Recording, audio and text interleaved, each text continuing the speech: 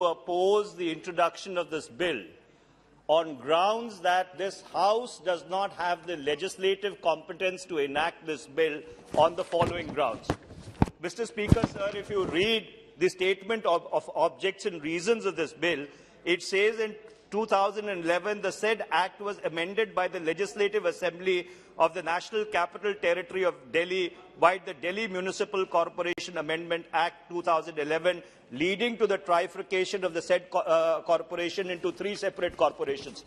Mr. Speaker, sir, the reason why this was done was because after Part 9A was inserted into the Constitution of India, with effect from 1st of June 1993, the power to constitute municipalities lies with the state governments in terms of Article 243P and 243R of the Constitution of India. Second, Mr. Speaker, sir, as per Article 246, read with 7th Schedule, Entry 5 of the state list, powers to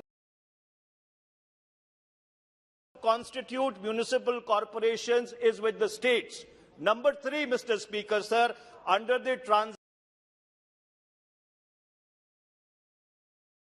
transaction of business rules of the National Capital Territory of Delhi, notified by the Ministry of Home Affairs, Rule 8, read with Entry 1 of Schedule attached, local self-government institutions and their functionings falls to the remit of the Government of Delhi. Number 4, Mr. Speaker, sir, under the allocation of business rules of the National Capital Territory of Delhi, notified by the Ministry of Home Affairs on the 1st of December 1993, Entry 26 of those rules states that local self-government falls to the remit of the Department of Urban Development of the National Capital Territory Government of Delhi. In essence, what I am trying to say, Mr. Speaker, sir, that if any house has the legislative competence in order to unify these 3 municipalities, it is the Delhi Assembly and it is not this House. And this House cannot, after Part 9 was inserted into the Constitution of India, substitute itself for the Assembly of Delhi and pass this particular legislation in an illegal manner. This is a very serious constitutional issue. It is a transgression on the basic structure. It's a transgression on the constitutional provisions, and therefore I oppose the introduction of this bill. Mr. Speaker, sir, thank you very much. माननीय मंत्री जी। अध्यक्ष महोदय, अभी माननीय प्रेमचंद्रन जी, गगोई जी, माननीय रितेश जी, माननीय मनीष तिवारी जी बोल रहे थे। मैं यह स्पष्ट कहना चाहता हूं कि कहीं से भी यह भारत के संविधान की मूल भावनाओं का उल्लंघन नहीं है और नहीं किसी फेडरल स्टेट के अधिकार का अतिक्रमण है। महोदय, अनुच्छेद 239 क के अनुसार राष्ट्रीय राजधानी दिल्ली की विधानसभा द्वारा बनाए गए किसी भी कानून को संशोधित करने, उसका स्वरूप बदलने या उसका निरसन करने के लिए सक्षम है यह सदन। और अध्यक्ष महोदय, जिस समय दिल्ली के नगर निगम का विकेंद्रीकरण हुआ था तो उसकी सोच यह थी कि दिल्ली के लोगों का विकास होगा, नगर निगम के द्वारा व्यवस्थाएं सुदृढ़ होगी, इनके कर्मचारियों का कल्याण होगा। लेकिन ऐसा कुछ नहीं हुआ। 10 वर्षों का जो अनुभव आया है उसके आधार पर यह नगर निगम दिल्ली के लिए संशोधन विधेयक लाया गया है। तो उसमें इसका मूल जो उद्देश्य है और जिस उद्देश्य से कोई यह पूरा नहीं कर सका, दिल्ली वासियों को इससे बहुत नुकसान हुआ है। नगर निगम दिल्ली की नीति में एकरूपता, ठोस वित्तीय प्रबंधन, दिल्ली के विकास को गति तथा दिल्ली के विकास को गति के साथ साथ कर्मचारियों के वेतन भुगतान एवं सेवा स्थिति जैसी समस्याओं का समाधान होगा तथा नगर निगम के प्रशासन में भी एकरूपता आएगी। इसलिए हम माननीय सदस्य को यह कहना चाहेंगे कि दिल्ली वासियों के यह हित में है इसलिए इस विधेयक का समर्थन करें और सर्वसम्मति से पास करें। और हुआ भी है, मैं पहले ही बताया कि अनुच्छेद 239 क के अंतर्गत यह लाया गया है, जो सदन को अधिकार है। प्रश्न है कि विधेयक को पूरे स्थापित करने की अनुमति प्रदान की जाए। जो सदस्य इसके पक्ष में हाँ कहें, जो सदस्य विरोध में ना कहें। मेरे विचार में निर्णय हाँ वालों के पक्ष में, हाँ वालों के पक्ष में। माननीय मंत्री जी विधेयक को पूरे स्थापित करें। कांग्रेस की फितरत है थूक के चाटना। माननीय अध्यक्ष महोदय, आपकी अनुमति से मैं विधेयक पुनर्स्थापित करता हूं। स्थापित कर दिया महोदय। जोशी जी, मैं एक ही अध्यक्ष जी, आज फाइनेंस बिल लगा हुआ है और बहुत इंपॉर्टेंट है। हम चाहते हैं कि प्राइवेट मेंबर बिजनेस जो है वो आगामी सप्ताह में किसी दिन ले लिया जाए और आज फाइनेंशियल बिल को पास करने की हम आपसे अनुमति और अनुरोध चाहते हैं। आपसे रिक्वेस्ट है अध्यक्ष जी। सभा की क्या सहमति है? Speaker sir, finance bill is the most important business as far as the budget is concerned. And passing of the finance bill on Friday, we know afternoon Friday is private members' business. And it is taking away the private members' business, number one. And passing of such a finance bill having serious ramifications passing on Friday within a limited time, it is not fair because there are ample time. 31st March is there, 4 days are there. So kindly let the discussion begins today and let it be voting on Monday. That is our humble submission because it is a very serious physical matter that is to be considered. Sir, BAC mein, it was decided in BAC that we will have the discussion today and complete it today. And if the members wish, then we can take the private member business in the next week, anytime. Apart from next Friday, even Monday, Tuesday, Wednesday, Thursday, anytime we can take that assurance from government side. We have already given it to you, sir. That is number one.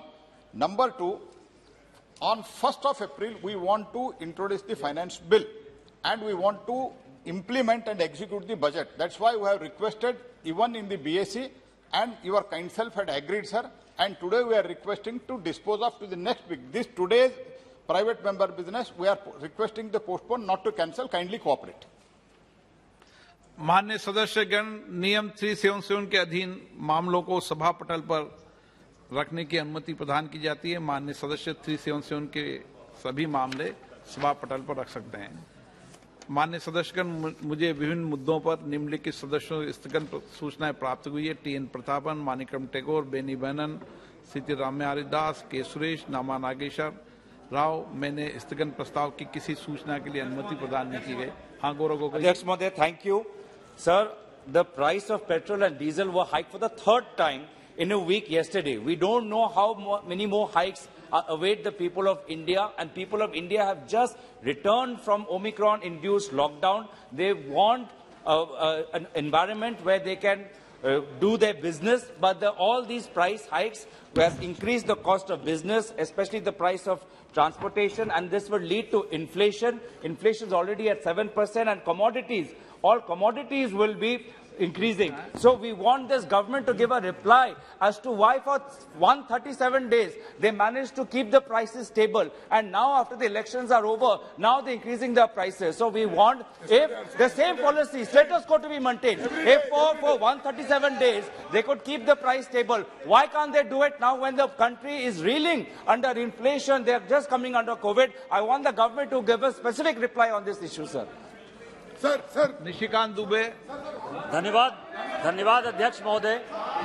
आज मेरे यहाँ जो है एक बड़ी दुर्घटना हो गई सर, रात में 2 बजे साहबगंज में जो गंगा नदी है हमारे संथाल परना में सर, वहाँ एक जहाज में 18 ट्रक डूब गए और मैं आपको बताऊं, ये उठाने के पीछे रीजन ये है, संवेदना के पीछे सर, कि लगभग 100 लोग केवल मर ही नहीं गए, वो ट्रक इलीगल चल रहा है, वो जहाज इलीगल चल रहा है सर। और उस जहाज को चलाने के लिए नियम है कि सनसेट और सनराइज के बीच में जो है वो ट्रक नहीं चलेगा सर, वो जहाज नहीं चलेगा।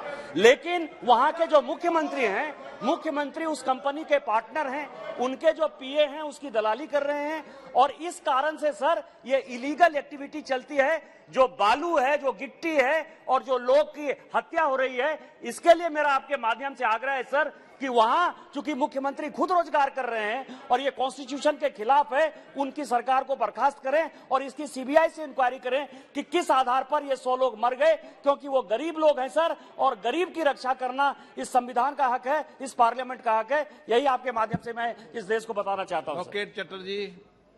धन्यवाद स्पीकर महोदय।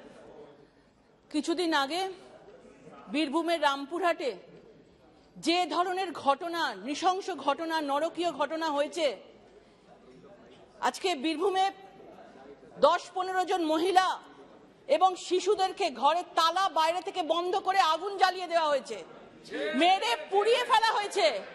মুখ্যমন্ত্রী তারপরে গেছেন, গিয়ে টাকা দিয়ে তাদের মুখ বন্ধ করার চেষ্টা করছেন যাতে আসল সত্য বেরিয়ে না আসে। এবং আজকে আমি ধন্যবাদ জানাবো যে রাজ্যের যারা মানুষ যারা চেয়েছিলেন সিবিআই, সবাই সিবিআই চেয়েছিলেন, তারা সিবিআই আজকে হাইকোর্ট দিয়েছে। এবং আমি অনুরোধ করব যে বাংলার মুখ্যমন্ত্রী যেন এই সিবিআই কে সুপ্রিম কোর্টে গিয়ে চ্যালেঞ্জ না করে, রাজ্য সরকারের মানুষের টাকা খরচা করে যেন সিবিআই নিয়ে চ্যালেঞ্জ না করে। ধন্যবাদ জানাবো রাজ্য সরকারকে। मैं आपसे एक गुहार लगाना चाहती हूँ कि आपके चेयर के माध्यम से सर, इस सभागृह की सदस्य होने के नाते मैं न्याय की गुहार आपसे ही लगा सकती हूँ। सर संक्षिप्त में बात करें आपकी। सर मैं आपको बताना चाहती हूँ, बहुत जरूरी है, अगर एक सदस्य होने के नाते अगर हमारे साथ महाराष्ट्र में इस तरीके से अगर व्यवहार होता है, जब हमने किसानों के आंदोलन किए सर, किसानों के हित में आंदोलन किए, कोई क्राइम ना करते हुए हमें पुलिस की गाड़ी में क्रिमिनल सर, क्रिमिनल जैसा बिठाकर गाड़ी से लेके सीपी कमिश्नर ऑफिस में लेके गए और वहां पे सीढ़ियों पे बाहर बिठा के हमारी बेइज्जती की गई, मुझे इंसल्ट किया गया, मुझे बदतमीजी से बात की गई। ऐसा महाराष्ट्र में हो रहा है सर। मैं आपको बताना चाहती हूँ, 16 जनवरी को छत्रपति शिवाजी महाराज का पुतला बिठाने के बाद सर आधी रात को छत्रपति शिवाजी महाराज का पुतला हटाया जाता है और जबरन 100 से 150 पुलिस हमारे घर में आती है। मेरे बुजुर्ग माता पिता वो घर में रहते हैं, मेरे छोटे बच्चों के सामने पुलिस वाले बोलते हैं ये ऊपर से हमें आदेश आया है, अगर तुमने हमारी बात सुनी नहीं तो यहाँ से घसीट के तुम्हें कमिश्नर के ऑफिस में और जेल में डाला जाएगा। Sir sir last sir 1 minute sir, और सर 1 मिनट, और जो लोग हमारे साथ जुड़े हैं उनके ऊपर अत्याचार करके 307 का गुना उन पे लगाया। विधायक रवि राणा दिल्ली में रहने के बाद उन पे 307 गुना दाखिल किया सर। और 2 दिन पहले मैंने एक सीनियर कॉलीग को हमारी आरती सिंह के बारे में उसकी बाजू लेते हुए सुनाई दिया सर, 1 मिनट लास्ट, उनकी तारीफ सुनाई दी। उनका कोई केस दिल्ली में आया है, अगर महिला की बाजू ले सकते तो ये भी एक महिला, ये सदस्य की एक सदस्य रहने के नाते मैं आपसे विनंती करती हूँ सर, उन पे कार्रवाई की जाए। और ये पेन ड्राइव सर, ये पेन ड्राइव में उनके पूरे पुरावे हैं सर, ये फोटो है, आप देख सकते हैं जिस तरीके से मुझे एक गाड़ी में बिठा के यहाँ से कमिश्नर के ऑफिस लेके गया, उस करप्ट सीपी पे कार्रवाई होनी चाहिए, ईडी लगनी चाहिए, सीबीआई के माध्यम से उसकी कार्रवाई होनी चाहिए सर, पूरे पुरावे नहीं sir. Honorable Education Minister through you, sir, the new Kendriya Vidyalaya in my constituency, Kottara, Kollam district, Government of Kerala has already transferred 5 acres land of Kendriya Vidyalaya Sangathan. The temporary accommodation has also been handed over to Kendriya Vidyalaya. The regional commissioner of Kendriya Vidyalaya has also inspected along with the central PWD officers. Every process is completed, but Government of India has not sanctioned the project. The people of my constituency are waiting for this Kendriya Vidyalaya last 10 years. I would like to request Honorable Minister through you, sir, whether this Kendriya Vidyalaya should be started immediately. Item number 16 वित्त विधेयक 2022 श्री गौरव गोगोई जी। धन्यवाद अध्यक्ष महोदय।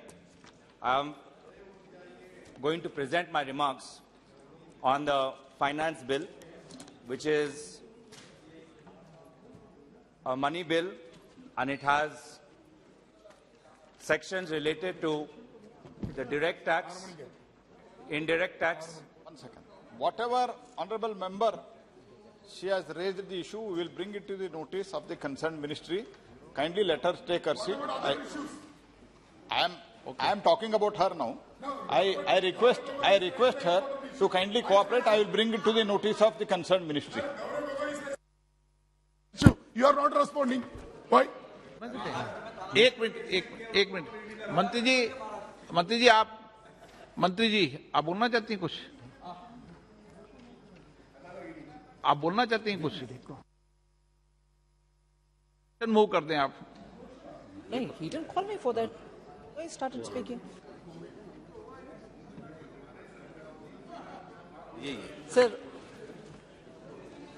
Sir, I move that the bill to give पहले की effect- कार्रवाई को समाप्त कर दें. दोबारा से गोगोई जी को बुलाने की इजाजत देंगे. I was wondering, sir. Sir, I rise to move that the bill to give effect to the financial proposals of the central government for the financial year 2022-23 be taken into consideration.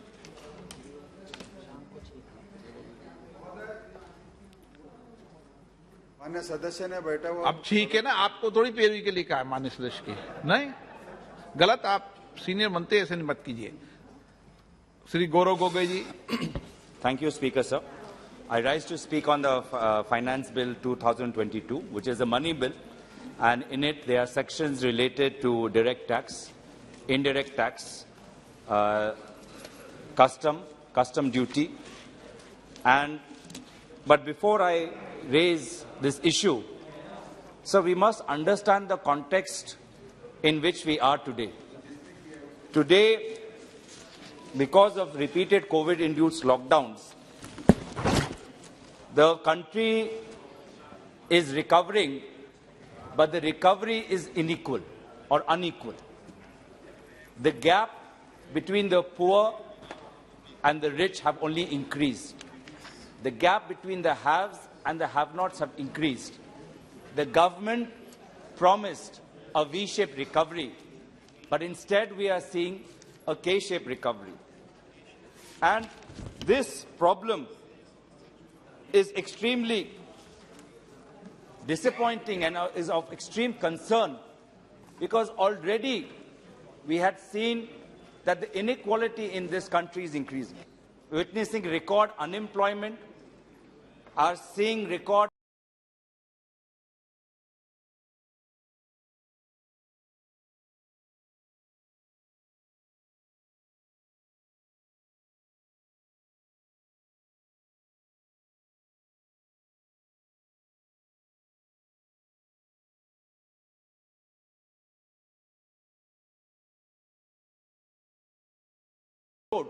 that this government is giving to the people of India.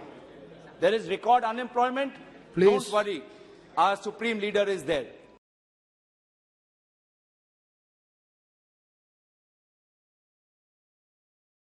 Please, Honorable. Prices are rising.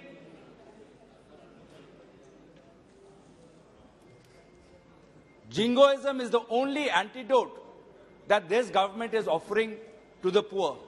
Whether there is record unemployment, whether there is high inequality, whether there is inflation, people are expected to be in a fair atmosphere, not always under the burden of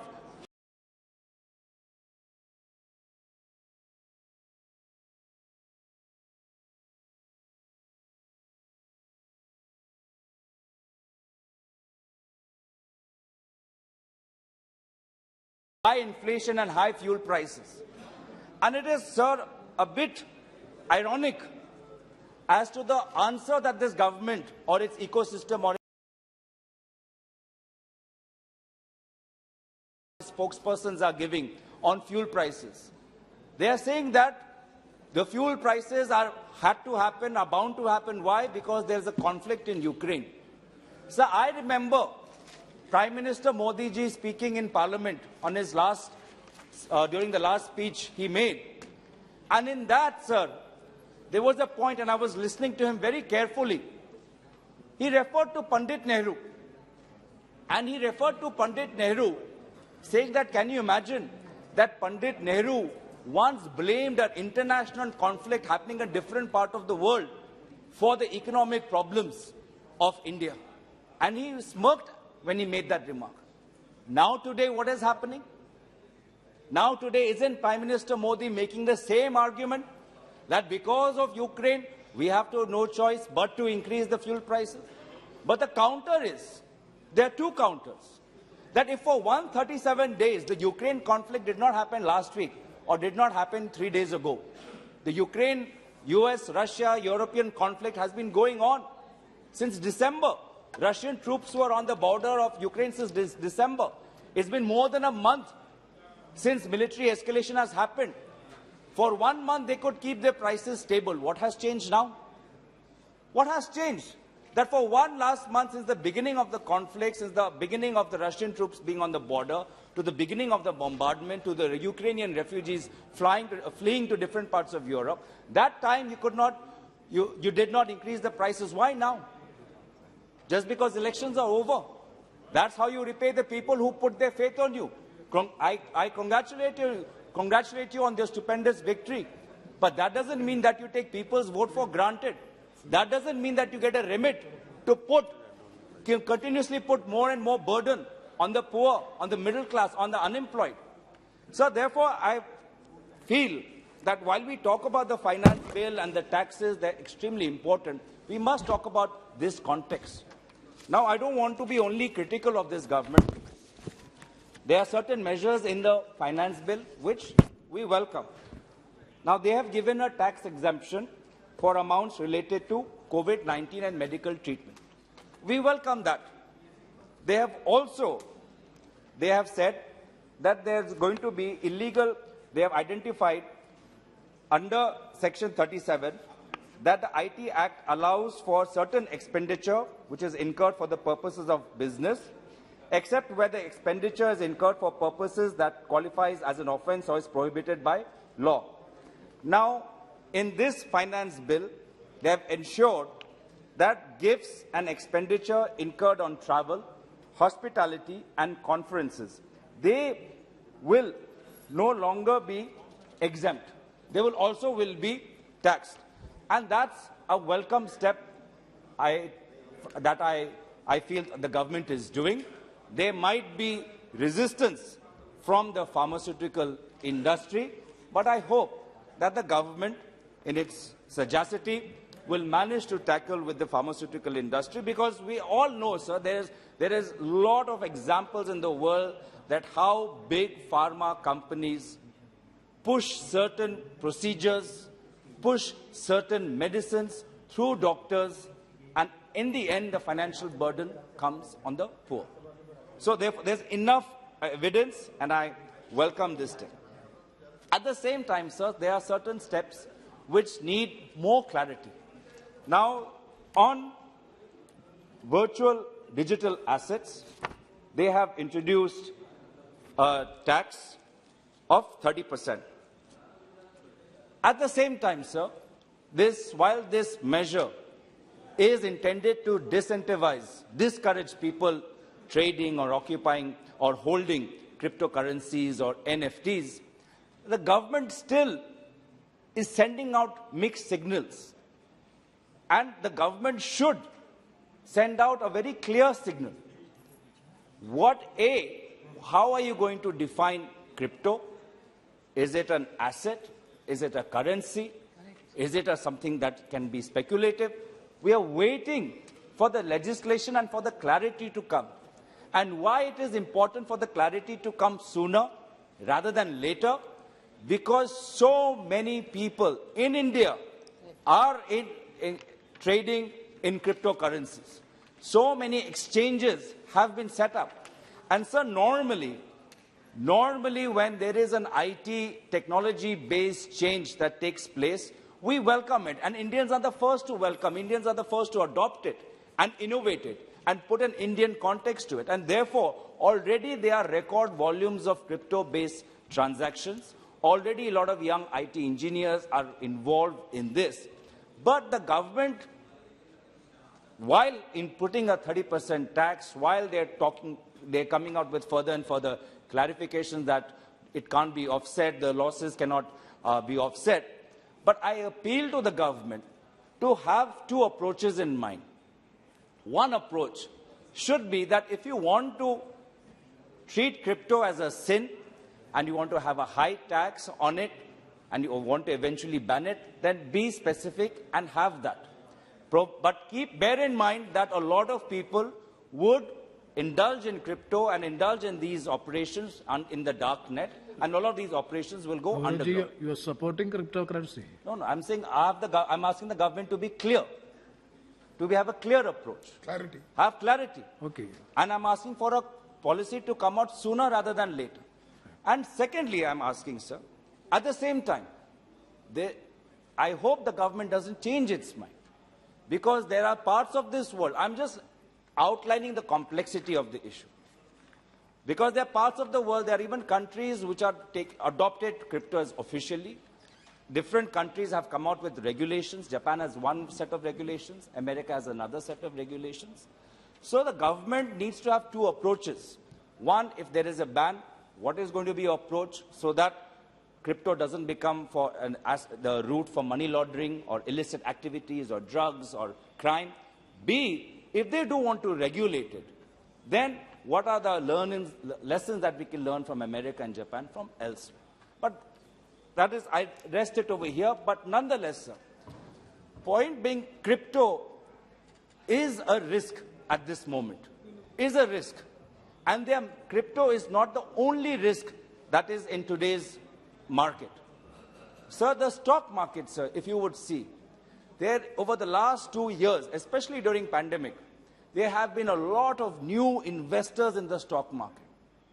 Many say that while for people who were sitting in their homes for 2 years, as a way to occupy themselves, as a way to counter the low interest rates from banks, a lot of young people, a lot of people, middle-class people, a lot of women, elderly people have rushed into the stock market. Now, the stock market is not simple. It's complicated. It has its own rules. It has its own laws and principles. And the government must be concerned, because right now there are so many commercials on YouTube, people selling their advice and encouraging people to invest in the stock market. And there are a lot of new investors. Now, that could be another bubble. That could be another bubble that is waiting to burst. And therefore, I request the government to be also taken into account of this matter. I already mentioned inequality. I already mentioned crypto. I already mentioned the stock market. What is also happening, sir, that we are seeing that one of the aims of this government, and any government, is to widen the tax base. We want more and more people to pay their taxes, and they have certain clarifications which have come. There are certain clarifications which have come on direct tax, on AOPs and other things. But what we are also seeing, sir, is an exodus of high net individuals. Now, we know that most of the income that comes under income tax comes from high net individuals. But what is happening, sir? We are seeing that since 2019, 7,000 high net worth individuals have left the country. A report says that $23,000 millionaires have left India between 2014 and 18. Now, we should be worried, sir. What is this ecosystem in India that is pushing some of our most highest earners, most productive people who are heads of big enterprises and the heads of big business? Why are they leaving the country? What is it in the ecosystem? Some have voiced that it is because of the fear that they feel. Some have voiced because it is of the unfair pressure that comes from various arms of this government. But I hope that this government seriously introspects, because that is not the reputation we want. We want that whoever you are, you might be a high net worth individual, you might be a salaried class, you will not be unduly harassed by the government. You will not be unduly pressurized by any extension of our government, and I hope that they would take into account. They would also take into account, sir, that now with Ukraine and inflation assumed to rise at 7%, various rating agencies are going to have brought down their growth outlook. So what is their plan now? The government should come up with a clear white paper as to how they manage to ensure that our fiscal fundamentals, our financial fundamentals remain stable. That clarity must come out. Because it seems that every month, because of certain external factors, our growth outlook keeps changing and the government sometimes, I can say, is caught on its back foot. This government in its taxation bill, this finance bill has also got some sector-specific amendments. They've got amendments on handicrafts, apparel, leather, electronics. They've reduced the import duties for mobile phones.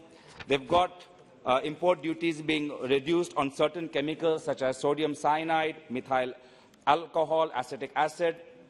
They've also raised the customs duty on umbrellas to 20%, and they're also revising their anti-dumping duties on steel, considering the high cost of steel. So just on steel, sir, because it's such an important sector, I do hope that the Honorable Finance Minister, in her reply, would specifically state that whether this anti-dumping duty which is being revoked, whether that's a temporary measure or it's a permanent measure. Because the prices of commodities, and especially that of steel, which are though nonetheless high, but at some point are likely to come down as well. But if you keep having an unpredictable flip-flop policy on commodity by commodity, that sends out a very wrong signal. Sir, gems and jewellery, the customs duty has also been reduced to 5%. And now on fuel, they want to encourage blended fuel, and therefore they are imposing an excise duty of 2 rupees per litre on unblended fuel. Now, sir, this is an important matter. I understand that by introducing blended fuel, they want to overall, they want to reduce their expenditure. But this is not the way to do it, sir. This kind of tax that you're doing, this kind of instrument, that if you want to encourage blended fuel, you will make unblended fuel. That does not work, sir. You have to create the ecosystem. Understand, talk to the OMCs, talk to the petrochemicals, talk to the retail outlets, talk to the pump outlets. There's a lot of resistance because the supply chain has to be set up. Remember, sir, what happened with GST. A hasty implementation, not taking into account the ecosystem, not orienting them, did more damage than benefit. And similarly, I advise this government, as they're pushing for blended fuel, I would ask this government to take back this excise duty of 2 rupees per litre on unblended fuel. Sir, this government has also brought out something on the SEZs, and I hope this government would give us more details on that. On GST, sir, the position of our states is extremely doubtful and extremely vulnerable. They rely a lot on the GST compensation. And the timing of GST compensation has been extremely poor. It is completely at the hands of the central government. They release it when it suits them, but that does not suit the state government. State governments have to pay salaries. State governments have to fund their social welfare schemes. State governments have to put in money for development. Now, on this GST, they will say it's the GST Council. But, sir, I would request this government, there have been enough, both within and outside. State governments have continuously raised their views that the GST compensation is not released adequately, not released on time. And also, sir, under the Act, the tenure for GST compensation is coming to an end. So my request to this government is that you have extended the exemptions under this bill to startups. You have extended the exemptions given to companies for manufacturing by 1 more year. I would request this government to again extend the tenure for GST compensation and extend it by a year or not, or by 2 years, taking into account the GST Council. Yes, so, I'll come to an answer. I'll conclude shortly. There are some exemptions which have been come on the International Financial Services Center. The income of non-resident from offshore derivative instruments, income from over-the-counter derivatives. Frankly speaking, sir, the IFC, International Financial Services Center, seems to be like a white elephant. This government is trying to revive it, trying to push various things in order to to make it alive. It's like giving those electric shocks to a patient that is already on its last breath and a patient that is already on the last leg. You have done since 2014 come out with so many initiatives to push the IFC. But what has happened? Nothing. So why didn't you take the right lesson from it and instead of pushing more initiatives, understand that there could be other locations in India that are much more suitable for International Financial Services Center. I am not asking you to shut it down, but I'm asking you to think broadly and have an open mind. Think about the West, think about south of India, think about the East, whether it's Calcutta, Bombay, Bangalore, or if you even want to have it in the Northeast, which has such a long international boundary. Be more broad in your outlook. So again, I don't want to always criticize this government. We must put on record things that they have done well and we appreciate. I've already talked about how COVID-related payments have been exempt. Yes. Again, they have come up with the insurance scheme payments for persons with disability. We welcome that. And, sir, there are two things I want specific if the minister could give us the details. So, on GST, sir, time has also come to evaluate the GST. And does the government have data that pre-GST, what was the volume of income they were collecting as part of indirect taxes? And compare that with the post-GST era, what is the volume of revenue collected from indirect taxes? Is it same? Has it decreased? Or has it increased? That they should talk about. Secondly, sir, corporate tax was reduced from 30% to 25%. No doubt it had a hit on our revenue, but the government's argument was that this will lead to more corporates investing, which will therefore lead to more jobs. Has this government done any study that while the middle class of India, who continuously votes and supports this government, have got no relief, corporates have got a relief of 5%, and on the basis that they would invest more, they would put in more factories, they would employ more? Has that argument worked out? Do they have any study showing that more investment and more jobs have been created? Yes, Gogoji, please. So with that, sir, I don't want to take too much of your time. I've talked about direct tax, I've talked about indirect tax, corporate, GST, SEZ, the customs. So there are certain suggestions which have also come from chartered accounting, various agencies. I hope they will take into account. But at the same time, sir, let me go back to where I started from. Sir, fiscally, we are not in a good position. Our states are in debt. Our nation is in debt. Borrowings have increased. Most of the payments are going into borrowings. And this government is, through its policies, are pushing us further into debt. This is not a good sign. Already there are a lot of other vulnerabilities that I talked about, like crypto, like the new investors and less informed investors in the stock market. The debt and the fiscal position of our states is very important. States, I'm sorry to say, have no other option, but they're playing with excise-based income. They're either extending the wine liquor shops, the timings of wine liquor shops and opening from the beginning, or they are trying to increase their taxes. Because states, all the power of the states, the sovereign power of states to raise revenue has gone into the GST. So fiscally, sir, we are in a very bad position. Our hands are constrained. Time has come, sir, that this government, instead of using external factors to justify its moderate, conservative stance, uses the same risk to come up with a progressive and strong policy. That is what the UPA government has done on various occasions.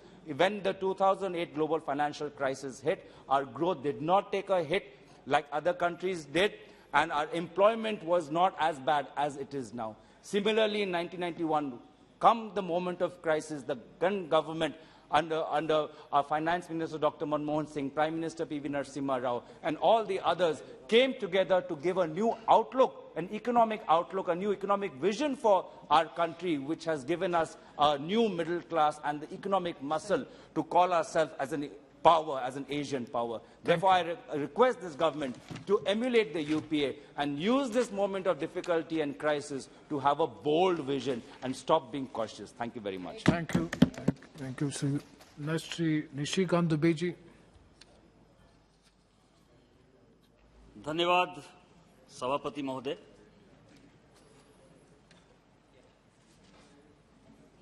मैं इस देश के यशस्वी प्रधानमंत्री माननीय मोदी जी का, हमारी वित्त मंत्री निर्मला सीतारामन जी का, मंत्री भगवत कराड़ साहब का अभिवादन करना चाहता हूं, धन्यवाद देना चाहता हूं कि कोविड के इस क्राइसिस में भी उन्होंने जिस तरह से गांव, गरीब, किसान, पिछड़े, मजदूर, महिला, बच्चे, दिव्यांग, जो हमारे मित्र गौरव गोगोई साहब बता रहे थे, उसकी चिंता की है, वो काबिले तारीफ है। क्योंकि पिछले 2 साल से जो देश दुनिया के हालात हैं, कोविड के कारण कोई ऐसी इकोनॉमी नहीं है दुनिया की, चाहे वो यूएस की इकोनॉमी हो, चाहे यूके की इकोनॉमी हो, चाहे यूरोप की इकोनॉमी हो, या हमारे पड़ोसी मुल्क बांग्लादेश से लेकर श्रीलंका और सिंगापुर जैसे कंट्री की इकोनॉमी हो, सभी परेशानी के हालत। और चूंकि ये प्रजातांत्रिक देश है, इस देश में एक बड़ी कठिन परिस्थिति है सभापति महोदय, कि एक तरफ आपको इस कोविड के क्राइसिस में लोगों तक कैसे खाना पहुंचाएं, एक बड़ी समस्या थी, क्योंकि लोगों के रोजगार कम हो रहे थे, स्वाभाविक तौर पर कम हो रहे थे, लोगों को पैसा खर्च करने की कैपेसिटी कम हो रही थी, और दूसरी तरफ जो मध्यम वर्ग है वो इन चीजों से परेशान हो रहा था। और आज जिस तरह से ये यूक्रेन क्राइसिस हुआ है, उसमें जो समस्याएं डेवलप हुई हैं, जिस तरह से पेट्रोल के प्राइसेस पूरी दुनिया में बढ़ रहे हैं, उसमें से कैसे उनको राहत पहुंचाया जाए, कैसे उद्योग धंधा लगाया जाए, कैसे उद्योगपतियों को सुविधा प्रदान किया जाए। तो ये एक कॉम्प्लिकेशन का एक इतना बड़ा जगह है कि कुछ ऐसे लोग हैं जिनको कि खाने के लिए भी नहीं है, कुछ ऐसे लोग हैं जिनको अपना घर परिवार इज्जत बचाना है, और कुछ ऐसे लोग हैं जो कि रोजगार सृजन करते हैं। इन तीनों के बीच जिस तरह से बैलेंस बनाकर ये फाइनेंस बिल लेकर आए हैं, उसके लिए माननीय प्रधानमंत्री जी निश्चित तौर पर बधाई के पात्र। सर, एक हमारे यहां कहावत है कि बुरा जो देखन मैं चला, बुरा न मिलिया कोई, जो दिल खोजा अपना मुझसे बुरा न कोई। कांग्रेस के मित्र और अपोजिशन के जितने लोग हैं और जितने लोग बोलने वाले हैं, सर मैं उसको एंटीसिपेट कर रहा हूं कि वो पेट्रोल के प्राइस के बारे में निश्चित तौर पर बोलेंगे, महंगाई के बारे में बोलेंगे, पेट्रोल के प्राइस के बारे में बोलेंगे, और फिर कहेंगे भारतीय जनता पार्टी के लोगों को या हमारी सरकार को कि आप 7 साल से हैं, आप क्या कर रहे हैं, आप 7 साल से हैं, क्या करेंगे। लेकिन हम क्या करें सर, क्या करें। आपने जो चीज छोड़ा है उसके बारे में हमको तो बोलना ही पड़ेगा ना। आप कर्जा छोड़कर गए हो, कर्जा बढ़ा के यदि दर्जा बढ़ाते हो तो हम क्या करें। हम पेपर लेकर आए सर, आज ये पेपर है सर जो उत्तर सभा पटल पर माननीय पेट्रोलियम मंत्री ने रखा था। 2004 में अटल जी की सरकार गई, 2004 से इन लोगों ने 2004 से लेकर 2014 तक एक बड़ी अच्छी सरकार चलाई सर, और केवल इकोनॉमिस्ट थे उसमें सर। लोग कहते हैं ना कि पढ़े लिखे सरकार चलाते हैं, इकोनॉमिस्ट सरकार चलाते हैं। हमारे तरफ होता है कि हमारे यहाँ टैलेंट पूल कम है, टैलेंट क्रंच है। सारे टैलेंटेड लोग यूपीए में ही थे सर, और हम उनका बहुत सम्मान करते हैं। आदरणीय मनमोहन सिंह जी बड़े इकोनॉमिस्ट, रंगराजन साहब थे सर, कौशिक साहब थे, मोन्टेक सिंह अहलूवालिया साहब थे, रघुराम राजन साहब थे। आप दुनिया के सारे इकोनॉमिस्ट का नाम लीजिए, क्लिंटन के गुरु, ट्रंप के गुरु, सभी गुरु जो है भारत में ही थे सर। और उन्होंने जब ये पेट्रोलियम का प्राइस बढ़ना स्टार्ट हुआ सर, तो उन्होंने एक बड़ा अच्छा तरीका निकाला कि अभी इसको टालो, अभी इसको टालो, अभी इसको टालो, क्योंकि उनको पता था कि एक दिन कांग्रेस समाप्त हो जाएगी, फिर हमको आना नहीं है। तो जो आने वाले लोग हैं उनको हम ऐसी परिस्थिति में धकेल कर जाएं जहां से कि उनकी वापसी का कोई रास्ता जो है नहीं दिखाई दे, क्योंकि वो अनपॉपुलर हो जाएंगे। उनको क्या पता था कि एक ऐसा मजबूत प्रधानमंत्री हो जाएगा जिसके ऊपर की पूरी देश की जनता को, 130 करोड़ जनता को विश्वास है, जिसकी बात पर विश्वास करके भारतीय जनता पार्टी फिर से चुनाव जीती। और उन्होंने सर लगभग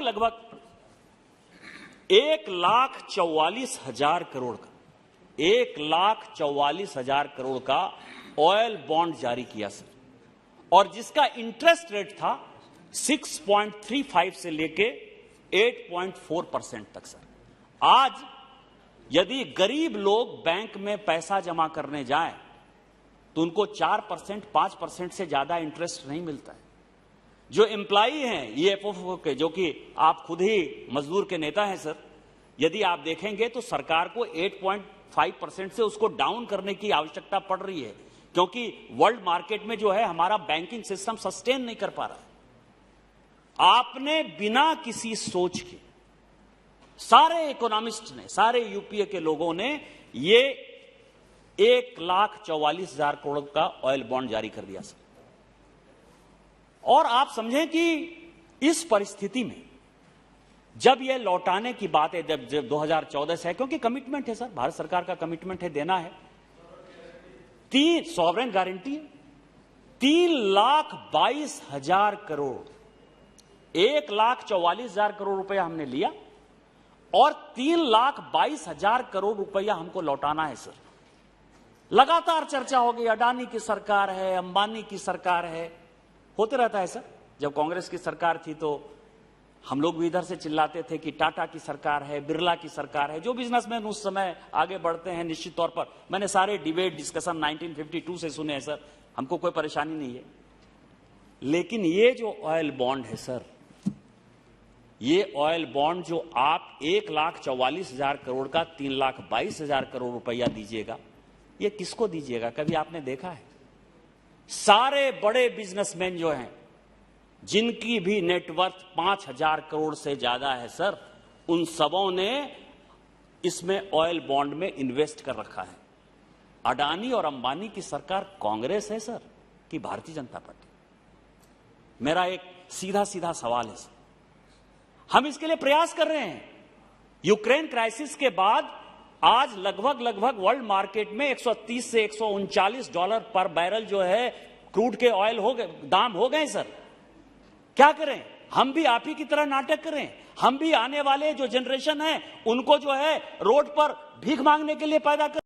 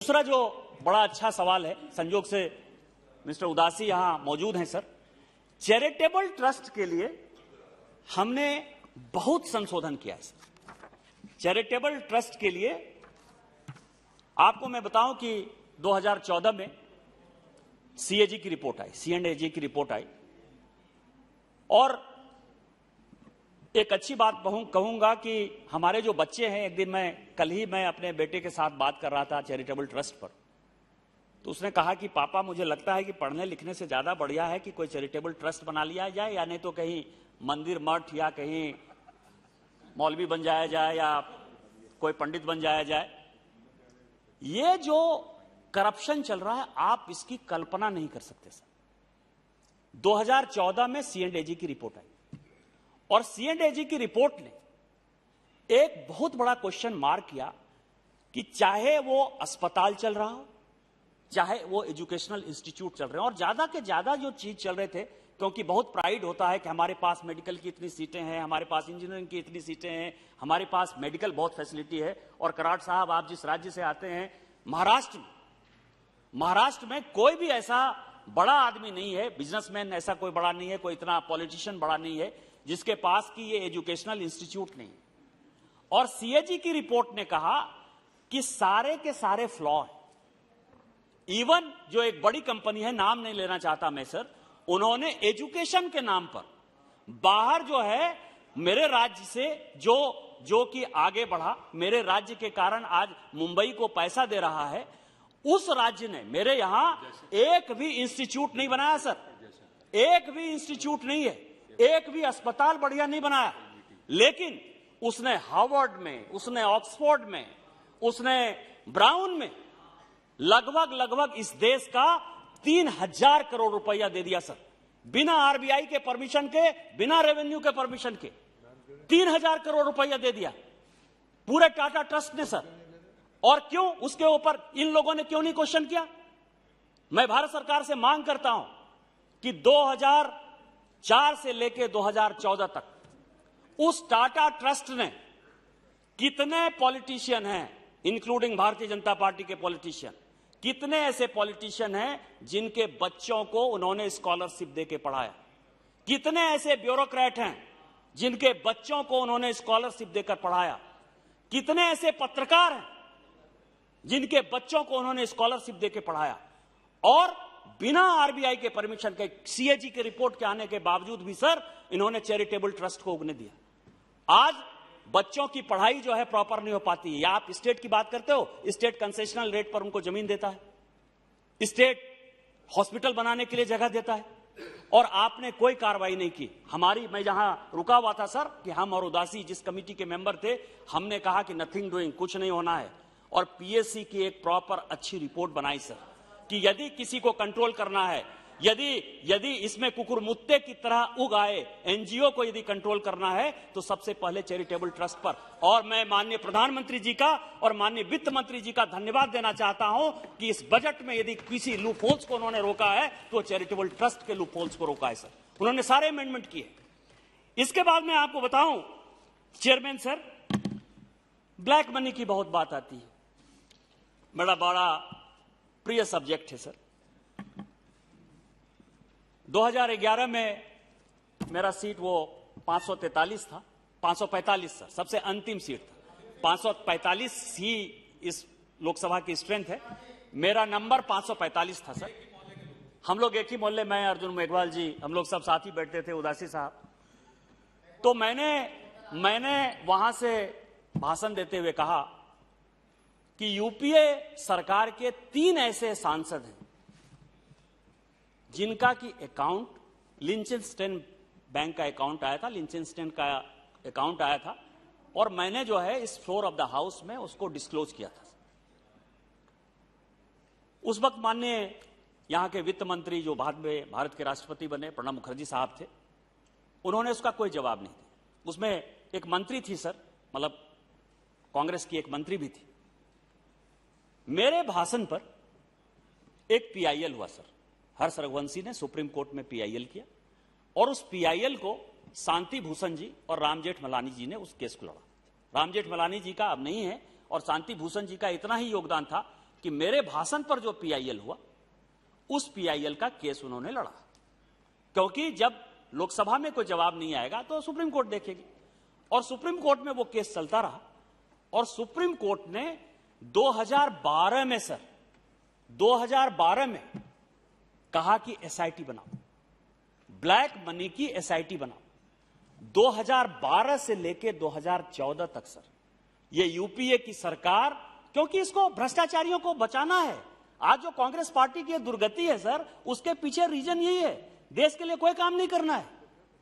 2 साल तक ये बैठी रही और जब माननीय मोदी जी ने 27 मई को शपथ लिया तो सबसे पहले कैबिनेट में उस एसआईटी को बनाया जो सुप्रीम कोर्ट का आदेश था।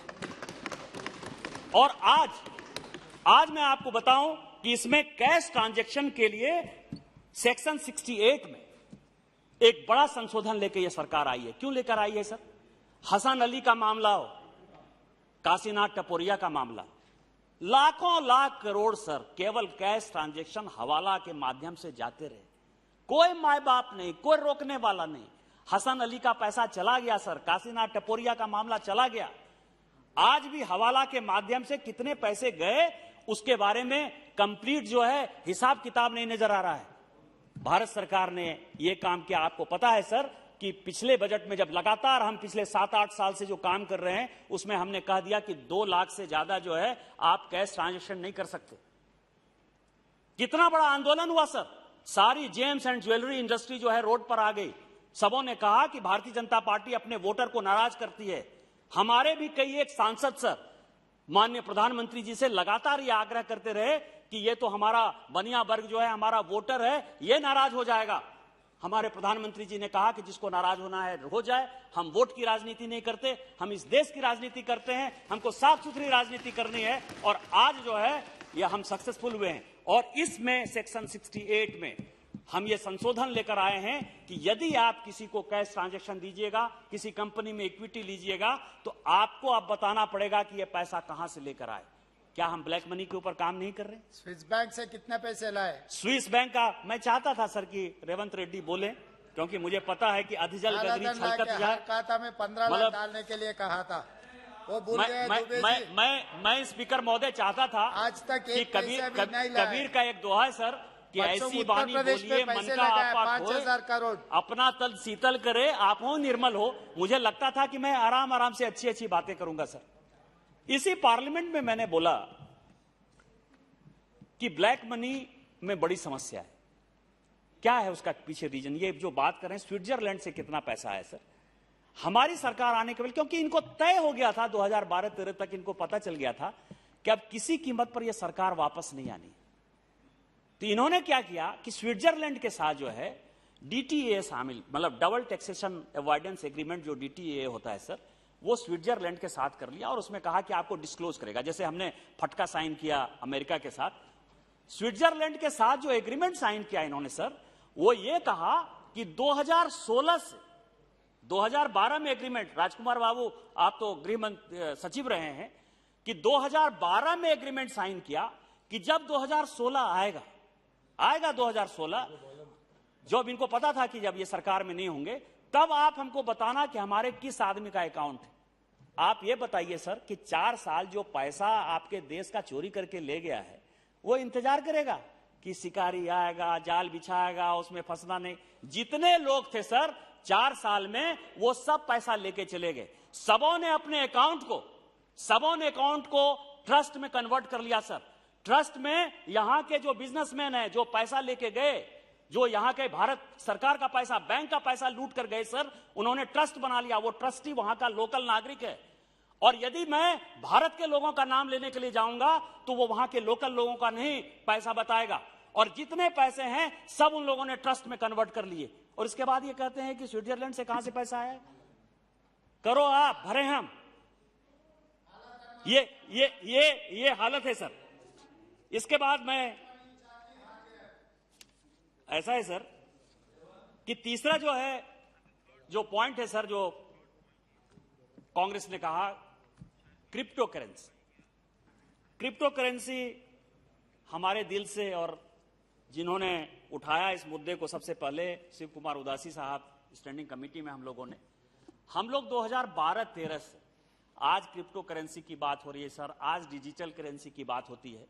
इन लोगों का कैसा विजनलेस आदमी थे, मैं यही बता रहा हूं कि 2012-13 से लगातार हम क्रिप्टो करेंसी की बात करते रहे और कोई भी ऐसा गवर्नर हमारे सामने अपीयर नहीं हुआ, चाहे वो सुब्बा राव साहब हों, चाहे रघुराम राजन साहब हों, चाहे उर्जित पटेल साहब हों, या आज के वर्तमान जो गवर्नर हैं, उस वक्त सेक्रेटरी भी थे और आज गवर्नर हैं शक्तिकांत दास साहब।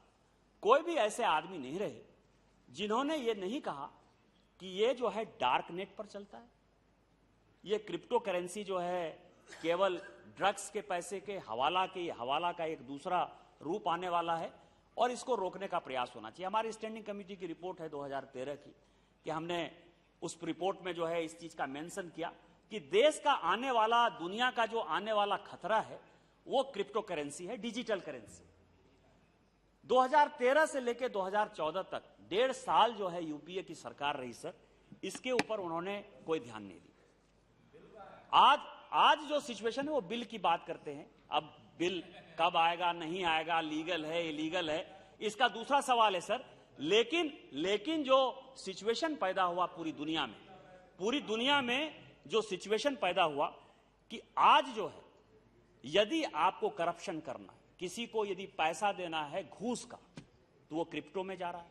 किसी को ड्रग्स खरीदना है वो क्रिप्टो में जा रहा है और पूरी दुनिया इससे परेशान है सर। और पूरी दुनिया इसीलिए परेशान है कि जो करेंसी है हमारी, उस करेंसी में हमको पता है कि कितना करेंसी छपा, इस देश में कितनी करेंसी है, उस करेंसी का कितना उपयोग होगा, कितना उसका इंपोर्ट बिल है, कितना उसका एक्सपोर्ट बिल है, और इसको सेंट्रल बैंक पूरी दुनिया में रेगुलेट करती है।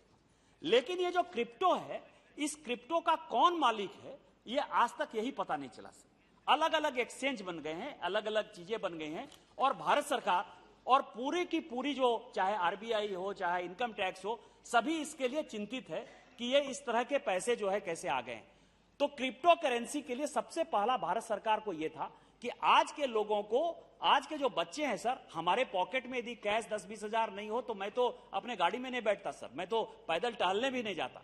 लेकिन मेरे बेटे के पास यदि 5,000 भी रुपया होगा, आज का जो जमाना बदला है, उसको लगता है कि एक बोझ हो गया। लोग जो है कार्ड की तरफ बढ़ रहे हैं, लोग जो है डिजिटल करेंसी की तरफ बढ़ रहे हैं। तो भारत सरकार ने इस बजट में जो सबसे बढ़िया काम किया कि वो आरबीआई को जो है डिजिटल करेंसी की तरफ आगे बढ़ाया।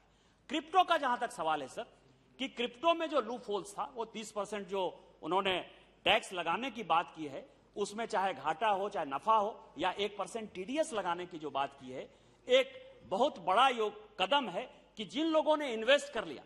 और आज के ही अखबार में यदि आप स्पीकर महोदय देखेंगे, सभापति महोदय देखेंगे, तो आज ही के अखबार में फ्रंट पेज पर इकोनॉमिक टाइम्स ने लिखा है कि पूरी की पूरी जो क्रिप्टो इंडस्ट्री है वो हिली हुई है भारत सरकार से, कि जिस तरह से इसके तरफ इस दिशा में जा रही है, वो एक तरह से समझिए कि क्रिप्टो को आज नहीं कल बैन होना ही होना है। और भविष्य की करेंसी जो है, जो दुनिया की करेंसी जी डिजिटल करेंसी होगी, तो भारत सरकार अपने विजन के साथ उसी तरफ से बढ़ रही है। इसीलिए डिजिटल करेंसी के बारे में भी मुझे लगता है कि अपने को बहुत ज्यादा चिंता करने की आवश्यकता नहीं है और वो रास्ता ठीक ही होने वाला है।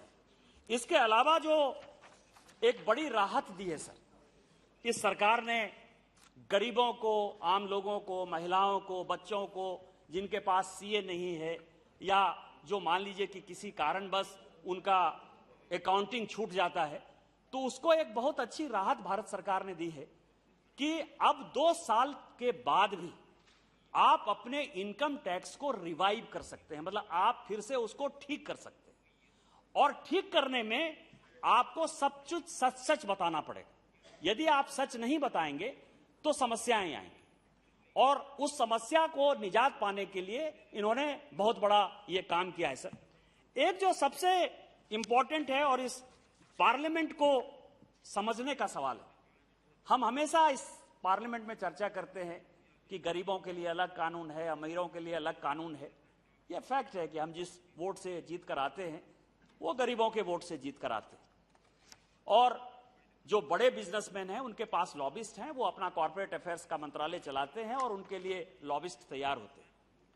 लेकिन जब पार्लियामेंट कानून पास करती है, और ये सोचनीय विषय है, क्योंकि हम चर्चा करते हैं कि आईबीसी एक्ट अभी तुरंत बना 2 साल में, आपने उसमें जो है 50 संशोधन कर दिए। कॉर्पोरेट बिल हमने बनाया था, कॉर्पोरेट एक्ट आप ही की यूपीए सरकार लेकर आई थी, 2013 में बना, उसमें भी कम से कम नहीं भी कुछ तो 20 बार 25 बार संशोधन करना पड़ा। कभी इसके तह पर अभी मैंने देखा कि इनकम टैक्स एक्ट में और कस्टम एक्साइज एक्ट में कई एक चेंजेस किए गए, और मैं भारत सरकार को धन्यवाद देना चाहता हूं। उसका कारण है, जैसे एक मैं उदाहरण दूंगा सर, ट्रांसफर प्राइसिंग।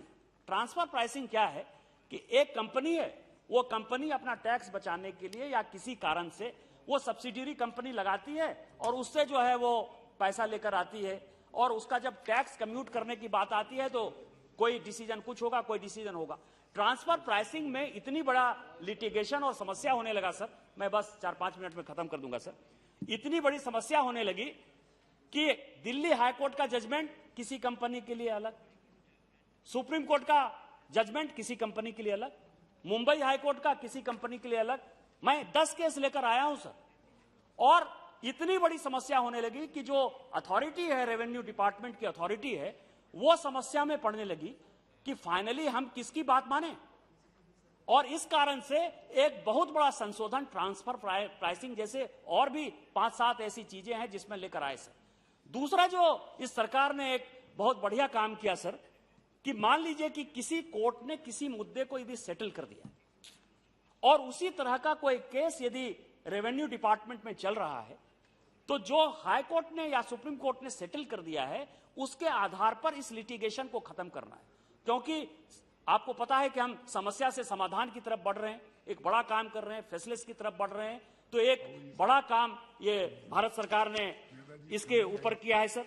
उसी तरह से इंडस्ट्री को बढ़ाने के लिए जैसे इलेक्ट्रॉनिक्स की बात कही हमारे बहुत ही काबिल मित्र गौरव गोगोई साहब।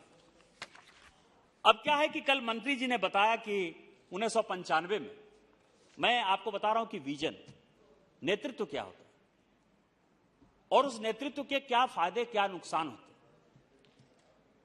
हैं। एक 1995 में आपने WTO एग्रीमेंट साइन कर लिया, और 96 में जब चिदम्बरम साहब, इनके बहुत काबिल, मैं वित्त मंत्री के तौर पर उनका नाम भूल गया, वो और भी काबिल हैं सर, और मैं उनका बहुत सम्मान करता हूं, उनका आर्टिकल प्रत्येक सप्ताह पढ़ते रहता हूं, अपने आप को खुश पाता हूं उस आर्टिकल को पढ़ के कि वो किस तरीके से जो है पूरे देश को धकेले। यहीं PMLA का कानून जब लेकर आए तो मैंने उसी 545 में उठकर कहा था सर कि ये PMLA का कानून आप ऐसा लेकर आए हो कि वाइफ और हस्बैंड की यदि लड़ाई होगी ना तो उसमें भी जेल हो जाएगा। और पता नहीं मेरे मुंह में क्या सरस्वती उस दिन था कि किसी दिन यदि आप उस चक्कर में पड़ गए तो शायद आपके ऊपर भी ये कानून लग जाएगा। और इतिहास गवाह है सर कि उसी PMLA कानून में जो है वो और उनके परिवार के लोगों को जेल जाना पड़ा। इसलिए कानून ऐसा बनाना चाहिए जो सर्वग्राही हो।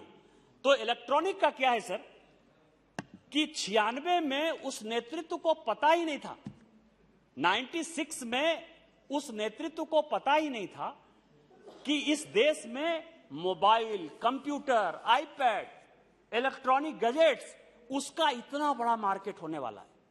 और उन्होंने एक प्राइसिंग जो है फाइनल तय कर दी सर। उस प्राइसिंग के आधार पर आज जो है, मैंने आपको कहा कि इस देश में महिलाएं जो है सबसे ज्यादा गोल्ड और डायमंड के ऊपर चिंता करती हैं, वो खरीदने का कोशिश करती हैं, लेकिन वो कुछ नहीं है सर जो इलेक्ट्रॉनिक गुड्स हमारे यहां इंपोर्ट होकर आते हैं। और ऐसा एग्रीमेंट साइन कर दिया, क्योंकि भारत सरकार एग्रीमेंट साइन करती है, उसके आधार पर चाहकर भी प्रधानमंत्री जी हमारे इंपोर्ट को जो है घटा नहीं पा रहे हैं। तो वो क्या कर रहे हैं, वो ये कर रहे हैं कि वो सारे टेलीकॉम डिपार्टमेंट और IT डिपार्टमेंट से ये कोशिश कर रहे हैं कि आप यही मैन्युफैक्चर करो, हम आपको सुविधा देंगे। जैसे PLI स्कीम लेकर यदि आए हैं, हम आपको सुविधा देंगे। तो इस तरह का काम जो है भारत सरकार कर रही है। और इस बजट में भी चाहे इलेक्ट्रॉनिक्स का सवाल हो, चाहे जेम्स का सवाल हो, चाहे ज्वेलरी का सवाल हो, हमने ये किया है। अंत में सर GST के ऊपर इन्होंने कहा कि क्या हो रहा है, सारे स्टेट की पावर आपने ले ली, ये कैसे कोऑपरेटिव फेडरलिज्म है। तो रोपा पेड़ बबूल का आम कहां से हो। हम GST थोड़े लाना चाहते थे, हम तो 2010-11 में आप ही का पॉलिसी था, आप ही की पॉलिसी थी GST बिल आपने इंट्रोड्यूस किया। बस 2-3 मिनट सर। GST बिल आपने इंट्रोड्यूस किया, उसमें कई एक फ्लॉ थे। आपने कमेटी बनाई, केलकर की कमेटी बनाई, मैं ये कह रहा हूं मोंटेक सिंह अहलूवालिया की कमेटी बनाई, और उसमें से आपने स्टेट के सारे पावर ले लिए। आपने ले लिए तो हमको तो ये देश चलाना है ना, हमको आगे बढ़ाना है। कोई कानून यदि आपने एक बार बनवा दिया या बनाना चाहते हैं तो हम उसको वापस थोड़े ले लेंगे। इनकम टैक्स एक्ट यदि 1961 में आ गया तो उसको हम वापस थोड़े ले लेंगे। इस बजट में सर जीएसटी में हमने संशोधन करके ये काम किया है कि कई एक लोग इनपुट क्रेडिट लेने के लिए और आउटपुट क्रेडिट लेने के लिए बहुत महत्वपूर्ण है सर कि अलग अलग कंपनियां बना लेते हैं और उस कंपनियों को 3 महीने 4 महीने 6 महीने के बाद जो है वो वेनिसिंग कंपनी हो जाती है, वो कंपनी बंद हो जाती है सर। और आज फिर आप धसना टंगाते रहिए, फिर आपको पता ही नहीं चलता कि क्या हो रहा है। इस कारण से हमने इस जीएसटी के लूपहोल्स को रोकने की कोशिश की है और आज जो हमारा रेवेन्यू कलेक्शन है सर वो 1,30,000 करोड़ से ज्यादा है, जो 1 लाख करोड़ से ज्यादा हम नहीं समझते थे। इसीलिए जीएसटी के बारे में भी एक बड़ा संशोधन लेकर हमारी सरकार आई है। मैं केवल अंत में यही बोलूंगा सर कि एक कहा जाता है कि सनय पंथा सनय कंथा सनय पर्वता लांघम धीरे धीरे धीरे रे मना धीरे सब कुछ होए। मैं इस देश के यशस्वी प्रधानमंत्री को बधाई देना चाहता हूं, धन्यवाद देना चाहता हूं, वित्त मंत्री को धन्यवाद देना चाहता हूं कि उन्होंने गांव गरीब किसान के साथ साथ उद्योग की चिंता की, रोजगार की चिंता की, इस देश को आगे बढ़ाने की चिंता की और ये देश कैसे 5 ट्रिलियन इकोनॉमी से 10 ट्रिलियन इकोनॉमी होगी उसके लिए एक रास्ता बताया। इन्हीं शब्दों के साथ जय हिंद जय Bharat.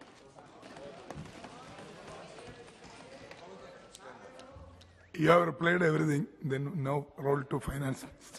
Nishikant ji, you have played all the queries. Say K. Sundaram ji. Honorable Speaker, sir. Finance Minister. I rise to oppose the Finance Bill 2022. At the outset, I express my sincere thanks and gratitude to our party leader, the ever-dynamic Chief Minister of Tamil Nadu, Sri M.K. Stalin, for giving me this opportunity to put forth the representation of the people of Tamil Nadu in this August House. Honorable Speaker, sir, a state of widespread chaos already exists amongst the taxpayers of this nation due to the confusing dual tax calculation regime. The Finance Minister has conveniently ignored the aspirations and problems faced by the taxpayer. Ever since the fateful night of November 8, 2016, demonetization, the people of India have been continually suffering. This was aggravated by the hasty introduction of GST, and the pandemic has massively deteriorated the financial situation of the people of India. Except for the salaried class, the farmers and poor have been hard hit due to the trifecta of mistakes. There have been new tax reforms this year, which has been a long-standing demand of the taxpayers. How do we expect the people to spend while they have no income? The Finance Bill 2022 has failed to live up to the expectation of the taxpayers. Honourable Speaker, sir, I come from the region that is often referred to as the Manchester of South India. The textile industry of Tirupur and Coimbatore are well renowned across the world for the quality and craftsmanship of the textiles. The textile industry is now facing an existential threat due to the trifecta of mistakes by this government. The government has not taken any concrete steps to address the concerns of the industry. The withdrawal of basic custom duty concessions and exemptions on the spindles, yarn guides, balloon control rings and travelers, technical textiles, woolen machinery items, non-woven textiles, denim textiles, shutterless looms, continuous polymerization plant, synthetic fiber plant, synthetic filament yarn plant, viscose stable fiber plant, lyocell fiber plant, yarn dyeing machines, knitting machines, and part of their manufacture, machines for extruding, drawing, texturing, spinning, twisting, winding, weaving, knitting. Auxiliary machines will have a negative impact on the lack of people associated with the textile industry. Instead of a mere token reduction of custom duty, I call upon the government to exempt cotton, cotton fibers, synthetic fibers, and textile materials from custom duty for the next 5 years to boost the industry.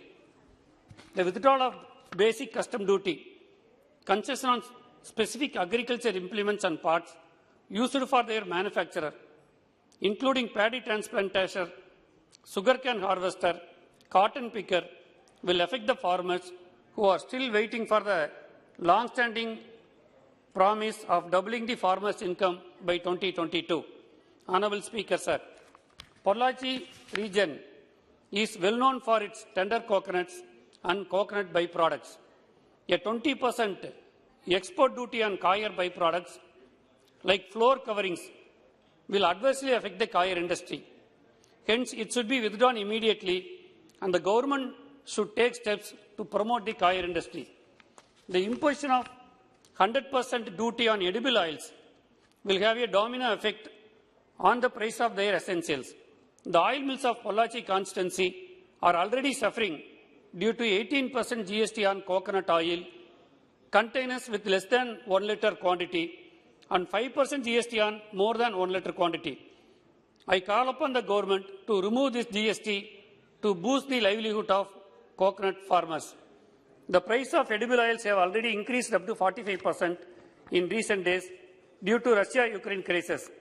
This hasty decision of imposing 100% custom duty on edible oils will affect the common man. The imposition of additional 2 rupees excise duty on petrol and diesel will also lead to inflation along with the increase in price of edible oils.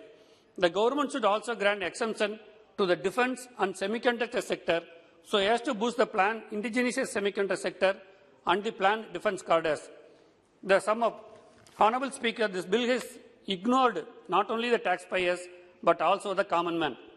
The Government of India should heed the advice of the great Tamil poet Thiruvalluvar, who in his magnum opus Thirukural says, Aran eenum inbamum eenum thiranarindhu teedindri vanda porul. Aran eenum inbamum eenum thiranarindhu teedindri vanda porul. Meaning, only the wealth acquired with the knowledge of the proper means and without foul practices will lead virtue and happiness. The government should keep it in mind the aspirations of the citizen and should take the policy decisions accordingly. With this, I conclude. Thank you, sir.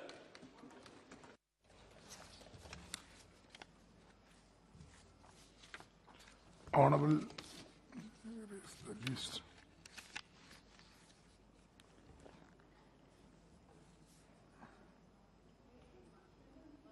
yes. Yeah, please. Thank you, sir. Sir Nishikant Dubey ji उनका speech start किया ये बता के जो उनको पता है opposition क्या कहेंगे, ऑपोजिशन को भी पता है वो क्या कहेंगे, बीजेपी सरकार कितने अच्छे हैं और कांग्रेस कितने खराब है. Anyway, finance bill 2020-22, every other central government introduced the finance bill along with the other documents of the union budget. The finance bill is brought to seek the legislator approval for giving effect to the various tax proposals, including direct and indirect taxes of the central government. This note discusses the key provision that the part of the finance bill 2022. Main tax proposal in the finance bill. Relation of the surcharges. The budget noted that there are several works contracts that require the formation of a consortium.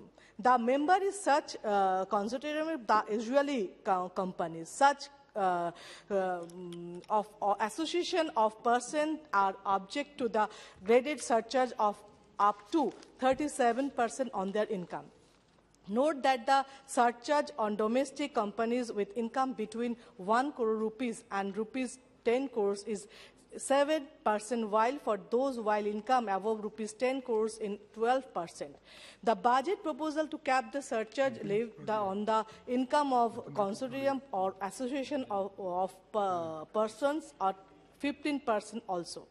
The long-term capital gains tax on instead equity shares is subject to the maximum surcharge of 15%. However, other long-term capital gains tax is subjected to the graded surcharge up to 37%. It has been proposed to cap the surcharge on long-term capital gains from transfer of any type of asset at 15%. Next, facilitate surcharge disinvestment of public sector company.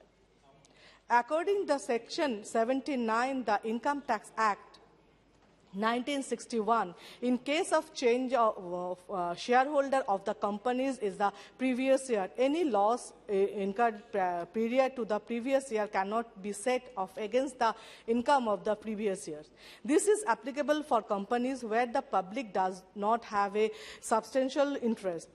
The Finance Bill 2022 seeks to amend the Income Tax Act to provide that Section 79 will not apply to the public sector company.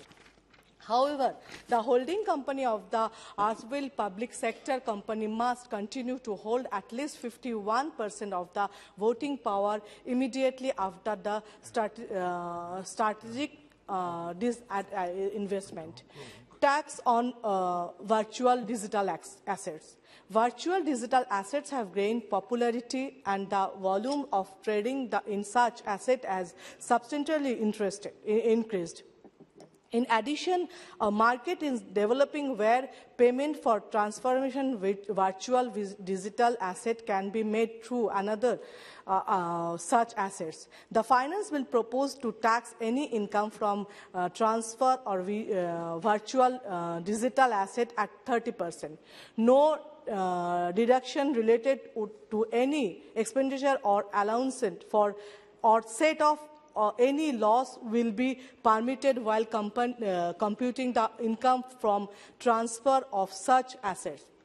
Moreover, any loss from transfer or virtual digital asset will not be allowed to set off against income order. Any other provisions of the Act, Income Tax Act, such losses will also not be allowed to be carried forward to subsequent assessment years. The proposed amendment will come into effect from April 1st, 2023. Note that the central government has certain amendments to the finance bill. Proposed amendment dropped the word other from any other provisions. Regarding setting of laws at state above. This may imply that the loss from virtual digital assets cannot be set against gains in such asset as well. Next, filling up of update returns. Taxpayer will be permitted to file any update return of income within 2 years of the assessment year. They will have to pay 25% penalty on tax and interest due if it is filed in the year after the assessment year and 50% penalty in the second year. Cooperative societies. The cooperative societies have to pay minimum tax at 18.5% rate. Note that the Taxation Laws Act 2019 reduced the minimum allotted tax rate payable by compensation at 15% to provide parity between cooperative societies and companies. It has been proposed to reduce the AMT rate at which cooperative societies pay income tax 15%. This amendment will be applicable from April 1, 2023. Change in customs duty. The finance bills also propose to change the customs duty on the number of items. Example, microbial fats and oil and their fractants.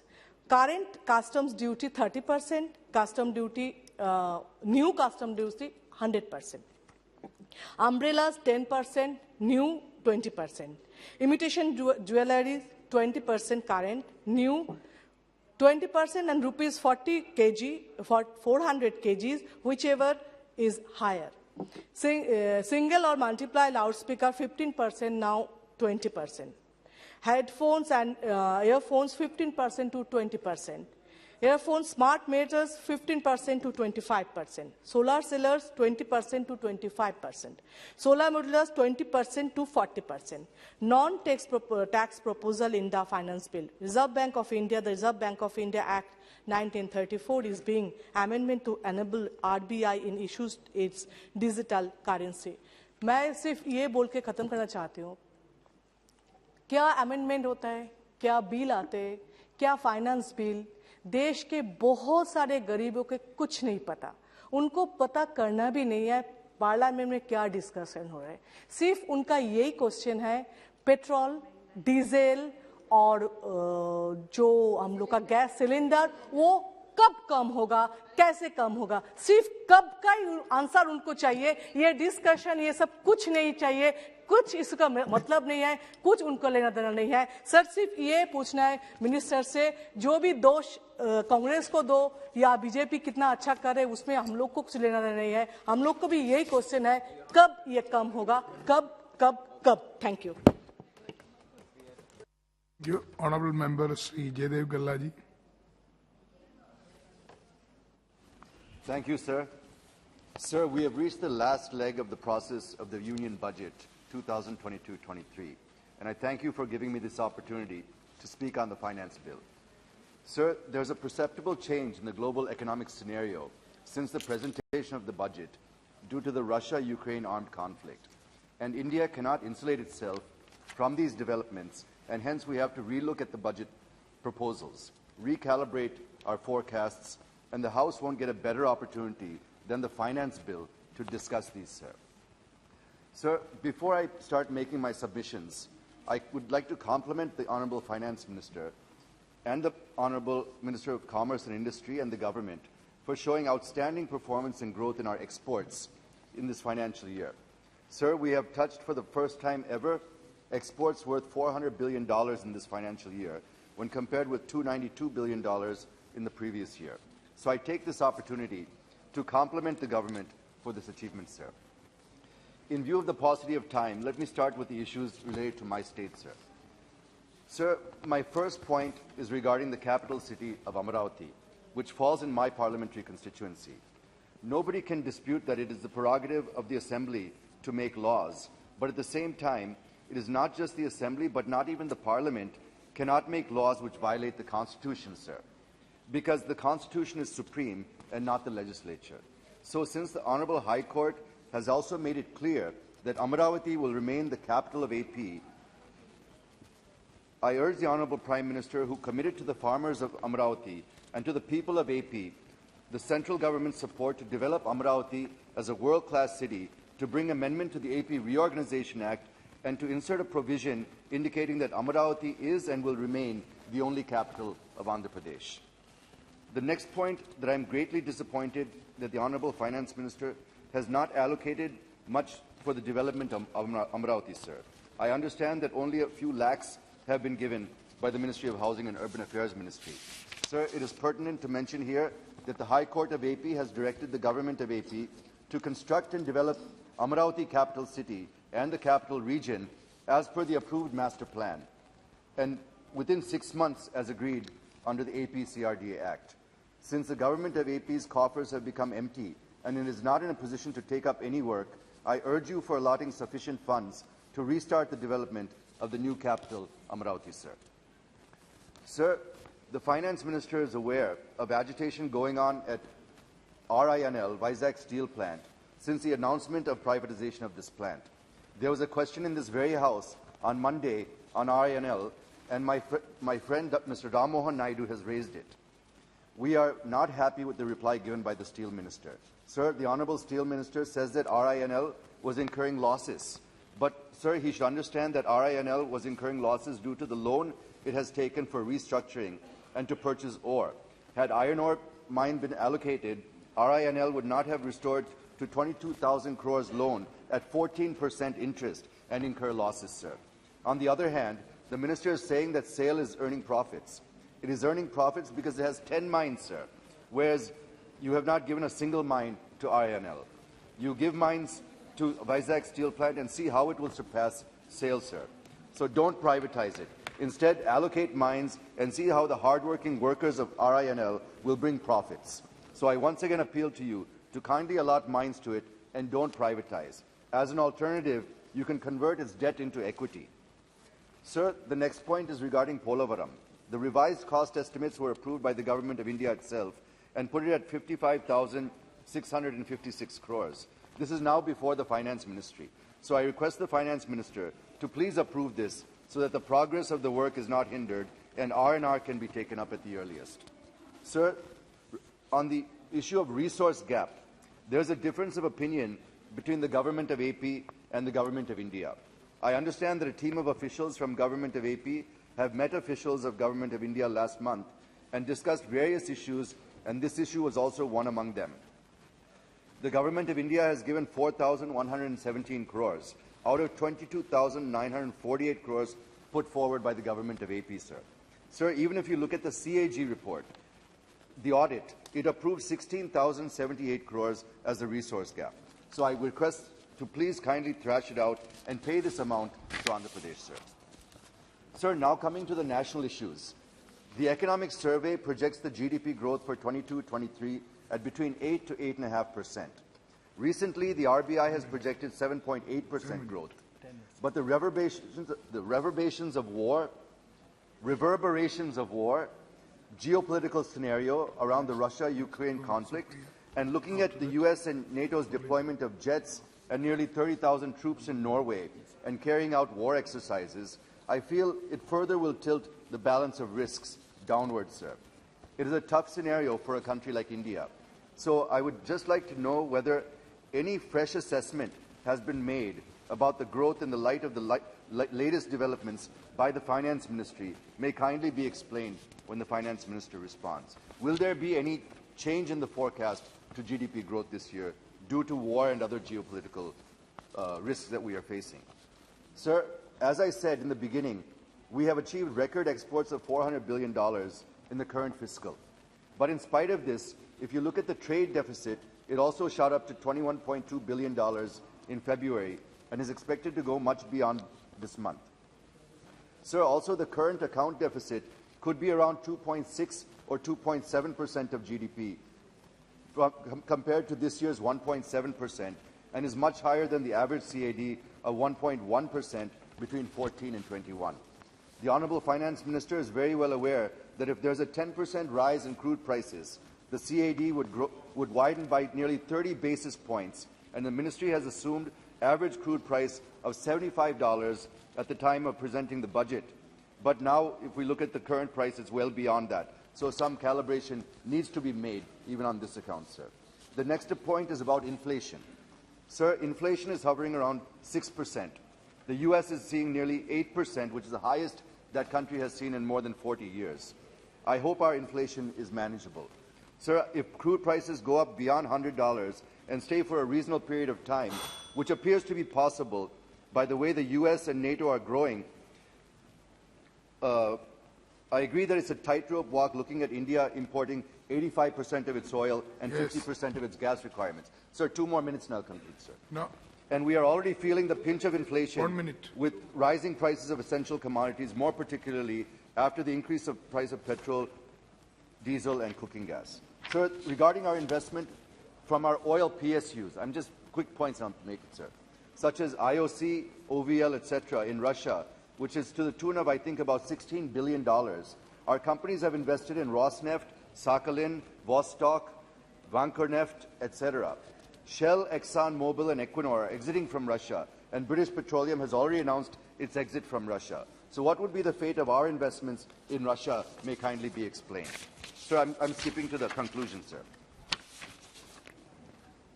Sir, drivers of Gati Shakti include railways, airports, ports, mass transport, waterways and logistics infrastructure. Due to time constraints, I'll just touch on a couple of points, sir. Sir, Gati Shakti is highlighting the importance and need for a quality multimodal transport, since the cost of average logistics and transportation in India is around 14% when compared to the global average of around 7 to 8%. I hope that the Gati Shakti will help in achieving overall cost competitiveness. Sir, the FM has set a target of 25,000 kilometers of national highways for 22-23. I was just going through the construction of national highways during the last few years and found that the maximum per day construction is around 37 kilometers per day in 2021. And if you calculate, it comes to 13,500 kilometers per year. Now you've set a target of almost to double that best achievement that we've had till date. To achieve this, we have to construct 68 kilometers a day, which does not appear to be a realistic figure. I request the Finance Minister to explain how we would achieve this. Sir, the Finance Minister also proposed 400 new Vande Bharat trains in the coming 3 years. Now we have just 2 trains, and each train is around 100 crores as per the estimates of railways. It means for 400 trains, we need 40,000 crores in 3 years. And more than that, do we have the capacity to build 400 trains in 3 years also needs to be assessed. Yeah. And you're also proposing 100 cargo terminals, waterways, airports, etc. I've given just 3 examples, sir. I have figures for all other drivers, and I only conclude by saying that the targets are too ambitious and not realistic. Let us have realistic, practical, and achievable targets rather than giving a rosy picture like disinvestment and being disappointed at the end of the day. So I'll go to the final conclusion, sir, which is, sir, war is terrible, sir, and I pray for a quick and sustainable peace in Ukraine. And India has taken a neutral position, but there are certain impacts and outcomes that we must make note of. One is, for example, is the wheat exports. Russia is the 2nd largest and Ukraine is the 4th largest exporter of wheat. With conflict, no wheat is coming out of these countries, and the price of wheat in the international market has also gone up to more than 2,600 rupees per quintal, from 2,000 just before the conflict started. Please. So the MSP it's much higher than the existing MSP also, and this will help our farmers and traders. The second one is for mustard growers. The price is hovering around 6,600 per quintal, which is much higher than the MSP of 5,000. Third, we also have the advantage of exporting cotton, sir, since we are the leading cotton producers in the world. Please conclude. Finally, sir, Russia has offered crude at a discounted price to India, sir.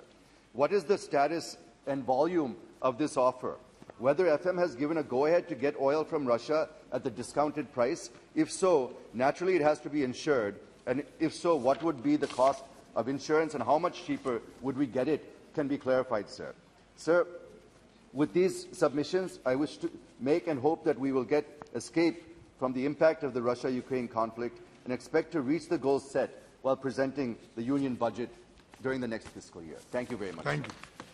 Honourable Member Srimati Supriya Suleji. Thank you, sir, for giving me the opportunity to speak on a very important bill. I appreciate that this is the most important part of the bill. We've just passed the budget yesterday. We've had a lot of very good discussions. I would like to start my budget with a line which I still remember, because the honourable member from the Treasury bench has actually confused me. So I'm wondering what really the Treasury bench is saying and what is the thinking of this government. I remember a line here when we used to sit on that side, sir. You remember those days? And Sushma ji used to lead the debate from here. And I remember, महंगाई पर हमेशा चर्चा हुआ करती थी. And after that, there was a tagline this government came up with. आपको भी याद होगा मेघवाल जी, बहुत हो गई महंगाई की मार, अब की बार मोदी सरकार. और मैं सच बताऊं आपको, and I am not afraid to say this, my mother used to tell me कि सच्ची अभी बहुत महंगाई हो गई है सुप्रिया, इस बार ये लोग देखो तुमको हरा देंगे, पार्टी कोई भी हो, लेकिन आज देश की जनता बहुत अस्वस्थ है. भी मुझे मेरे माँ की वो शब्द आज याद आ रहे, क्योंकि बहुत सालों के बाद मेरी माँ फिर से यही कहने लगी है. अभी कंट्रोल में 1,000 रुपया. देखो महिलाओं का सुनो मेघवाल जी, इसी महिलाओं के कारण आपकी सरकार यहाँ बैठी है. मुझे अभी भी याद है sir, Ujjwala, what a wonderful scheme, I supported it. हमने जब प्राइम मिनिस्टर साहब ने बोला आप सब्सिडी दे दो, हमने खुशी से सब्सिडी दी, एक विश्वास के नाते कि इस देश की गृह लक्ष्मी को आप पैसा बचा रहे, उसको सिलेंडर सस्ते दाम में देंगे. और आज के लिए आपके लीड स्पीकर क्या कह रहे थे? वो कह रहे थे कि हम सब्सिडी कम कर रहे.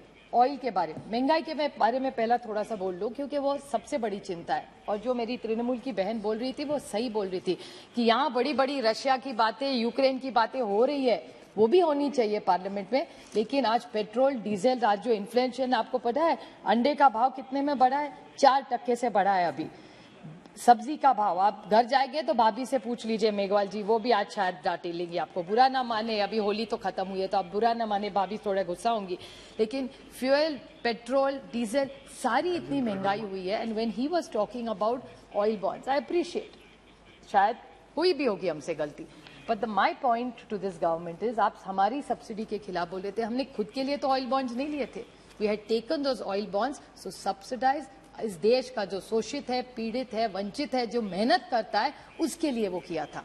टुडे आज ये छाती ठोक ठोक के रोज बोलते हैं पीएम की कल्याण योजना में हम कितना कर रहे हैं, फर्टिलाइजर में इतनी बड़ी सब्सिडी, अच्छी बात है, यू मस्ट डू इट, इस देश के गरीब के लिए नहीं करेंगे तो किसके लिए करेंगे? So it is a very good thing this government is doing, but don't blame us कि तुमने ऑयल बॉन्ड्स किसके लिए, तो सब प्राइस कंट्रोल के लिए। I still remember Pranab Mukherjee speaking from here, one of the tallest leaders of this nation and a great finance minister. He used to explain to us that it was the crude oil prices. He used to always tell us कि अगर 100 के नीचे, if this entire price of crude was below 100, it would have been a game changer. इतना ही महंगाई नहीं होती। कल भी पीयूष गोयल जी बोल रहे थे कि यस, वॉल्यूम में भी बढ़ा है एक्सपोर्ट, लेकिन थोड़ी महंगाई के कारण बिकॉज ऑफ क्रूड प्राइसेस। तो यहाँ बोलो तो बैठो तो क्रूज प्राइसेस महंगाई, और यहाँ बैठे तो महंगाई, ऐसा नहीं होता। I think this entire house has to always do, and subsidies किसी देश के लिए कोई खुद को कम मानने वाली कोई बात नहीं है। गरीब के लिए नहीं करोगे तो किसके लिए करोगे? वंचित के लिए नहीं करोगे तो किसके लिए करोगे? So I request this government to take this inflation issues very, very seriously, because this country has voted you in that time only with trust and faith against all this. Talking about oil, which he said, I am very confused. Sir, Twitter पे बहुत active होते हैं। मैं थोड़ा सा clarification मांग रही हूँ कि माननीय प्रधानमंत्री जी, ये कोई बीजेपी के नहीं, अभी देश के प्रधानमंत्री है, तो हम सबको उन पे हक है। तो मैं उनको सिर्फ पूछना चाहती हूँ कि उनके दो अलग ट्वीट्स आए। एक में उन्होंने कहा 27 जनवरी 19 को, उनका कोट है, India refinery industry has done well in establishing itself as a major global player. India, which is the second largest oil refinery in Asia, is emerging as a refinery hub, refining more than its demand. ये उनका कहना है, I can quote it, I can table it. Then it is said at 27/2/22, we don't have oil refineries, we import crude oil. They, as an opposition, never paid attention to it. Now that sugarcane, ethanol can make it, our government is establishing network. We welcome that step. Ethanol का हमारी भी कहनी था, आपका भी कहना है, इसमें कोई गलत नहीं है. But I sometimes feel that this government is very, very confused in what they are saying, sir. Even I'll give you the second example. ये जो कह रहे थे, बड़ी टीका टिप्पणी की दुबे जी ने, बहुत अच्छा बोले, हमेशा बोलते हैं पढ़ लिख के आते हैं, तो हम लोग भी एंजॉय करते हैं, अच्छे भाषण सुनना अच्छा है, हम लोग भी एक दूसरे से सब सीखते हैं। उन्होंने कहा कि ये सब जो हो रहा है देश में, करप्शन, भले नहीं पता कि नहीं क्या क्या बोले, उन्होंने कहा कि टाटा ट्रस्ट के बारे में बोले, काफी बोले, अच्छी बात है। Anybody is going to clean up the system, we all unitedly stand in improving a system. But उन्होंने एक सवाल जो रेज किया वो टाटा ट्रस्ट के बारे में। मैं सिर्फ दो चीजें आपको पूछना चाहती हूँ कि Tata trust is a holding company which is run by the Tatas. I have great pride in the Tata group because they come from my state. It's one of the best companies in the country. JRD Tata was the tallest leader who started Air India, जिनको आप ही सरकार ने, आप ये जो reservation, I am very confused because एक तरफ से आप ये जो आप सर, आप भी जहां से आते हैं, रोज हम लोग पार्लियामेंट आते हैं, वहां से बड़ा टाटा दिखता है, वहां they have got it. Then Air India भी आपने टाटा को दिया, फिर आप टाटा ट्रस्ट को क्वेश्चन करे, पता नहीं किस किस के बच्चों के हेल्प किया, मुझे किसी के बच्चों के बारे नहीं बोलना, अभी वो जो आपका है वो आप इंक्वायरी कर लीजिए, all the authorities of you, उस पर तो मैं बोलूंगी बाद में, but that was a very confusing signal for me. Then they came to crypto currency. Now crypto currency also, now this is, I have to ask this government this question. I would, my friend Gaurav Gogoi, I have a slightly stronger opinion than his. Now, Nishikant ji also spoke very well about crypto and I agree with him. आपकी सरकार जो crypto के बारे में, जो आपके RBI governor पहले के बीच पे, everybody's view, Meghwal ji, is कि क्रिप्टो इस देश के लिए अच्छा नहीं है। अगर अच्छा नहीं है तो आप बैन क्यों नहीं कर रहे? जो चीज गलत है वो बैन कर दीजिए ना। फिर आप 30% टैक्स किस हिसाब से 30% करा? जब तंबाकू पर हम बैन लगाते हैं जो सबके लिए खराब है, तो लगा तो 100% नहीं, 500 उस पर टैक्स लगा तो सिगरेट गुटखा सिप पे। तो क्रिप्टो ऐसी है ना, अच्छी तो नहीं है, तो आप तो 30% का नंबर कहां से आप पे आ गया? और निशिकांत जी कह रहे हैं ओ देश डरा हुआ है, क्रिप्टो वाले देश से डरे। 30% में आपको लगता है कोई डरा होगा? कोई नहीं डरा होगा। डार्क नेट में सब चल रहा है, तो उस पर रोक डालिए। आप इधर कंप्लीटली बैन करिए और कंप्लीट क्लैरिटी लाइए इसके ऊपर that the government has to have a vision on crypto. Your only committee saying it is bad. आपका ही स्पीकर बोल रहा है कि ये गलत है, इसमें लोग बर्बाद हो रहे हैं, तो आप उसके लिए क्या कर रहे हैं? और जिसका बिल ही नहीं है उसके ऊपर 30 पे तो लीगल, तो आप लीगलाइज कर रहे हैं क्रिप्टो और उस पर 30 कर रहे हैं। मेरी आपसे हाथ जोड़ के विनती है कि क्रिप्टो के बारे में you have to take a strong action. If you say you are a strong government with a strong leadership under the prime minister, he must take this initiative and stop this dark net and all this where common man of India is getting it. कुछ hard lines लेने चाहिए, अच्छे बुरे बाद में देख लेंगे, लेकिन अभी इस देश की हर व्यक्ति जो क्रिप्टो के बारे में जानती नहीं है, तो कंप्लीट बैन लाइए आप इसके ऊपर। Have some strategy and come clear today in the reply, because we have to save our people who are going through such difficult times.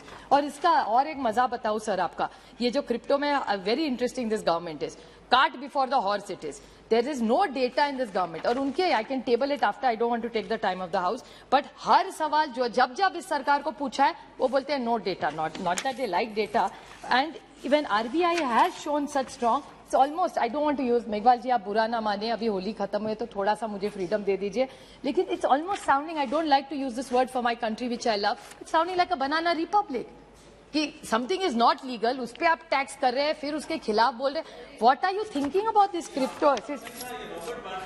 कौन सा? बनाना रिपब्लिक शब्द था, ये रॉबर्ट वाड्रा का शब्द था, आपने कहां से चुरा लिया? आप जैसे सीनियर और सौम्य. The other thing which I need to talk about, which I need the clarification from this government, is about taxation.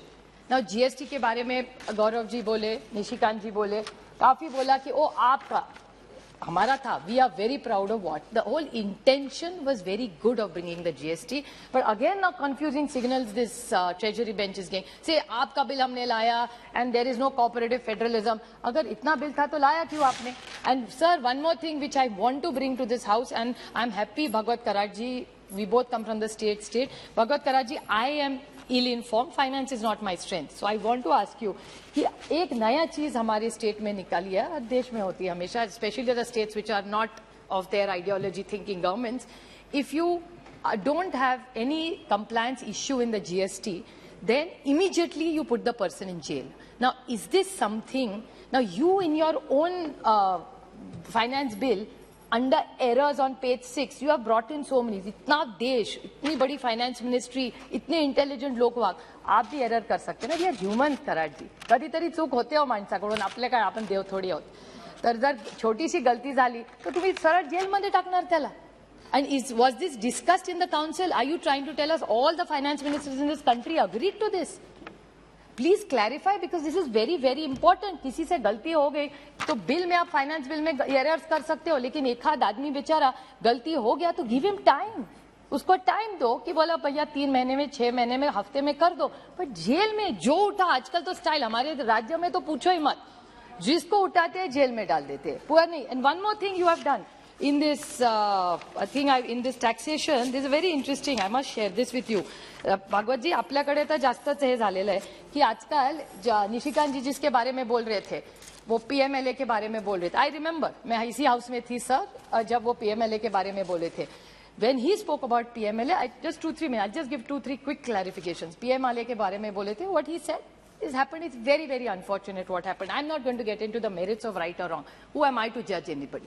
But in the PMLA, this is the same government which has criticized PMLA, has now, sir, you can arrest somebody under the PMLA without a FIR. How can you do that? Please tell me.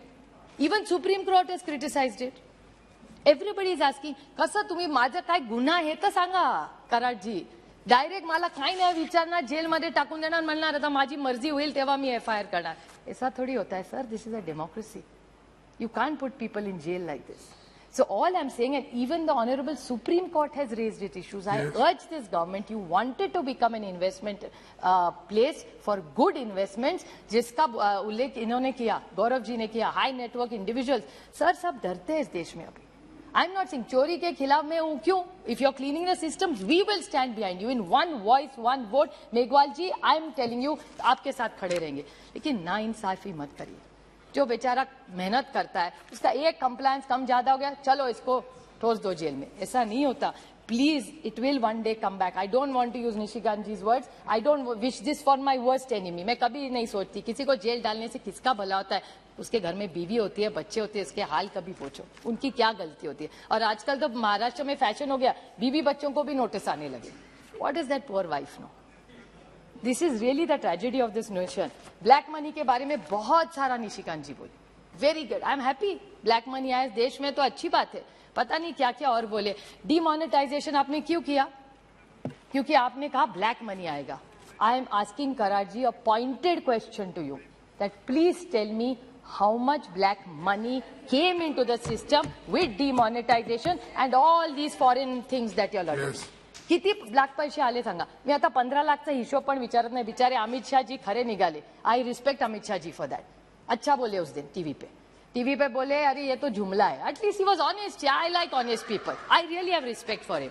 खरं बोलले काय जाते आपले थोडं ते गुजरात मराठी आपले शेजारी सख्खे शेजारी आहोत आपण, त्यामुळे ते बोलले मी त्याचं स्वागत करते की ठीक है जुमला है, छोड़ दिया मैंने, ये 15 लाख का हिसाब नहीं मांगूंगी इनसे, लेकिन ब्लैक मनी का तो मांग सकती हो ना। इतना हम पे अटॅक करते थे ब्लॅक मनी। करार जी काय झालं?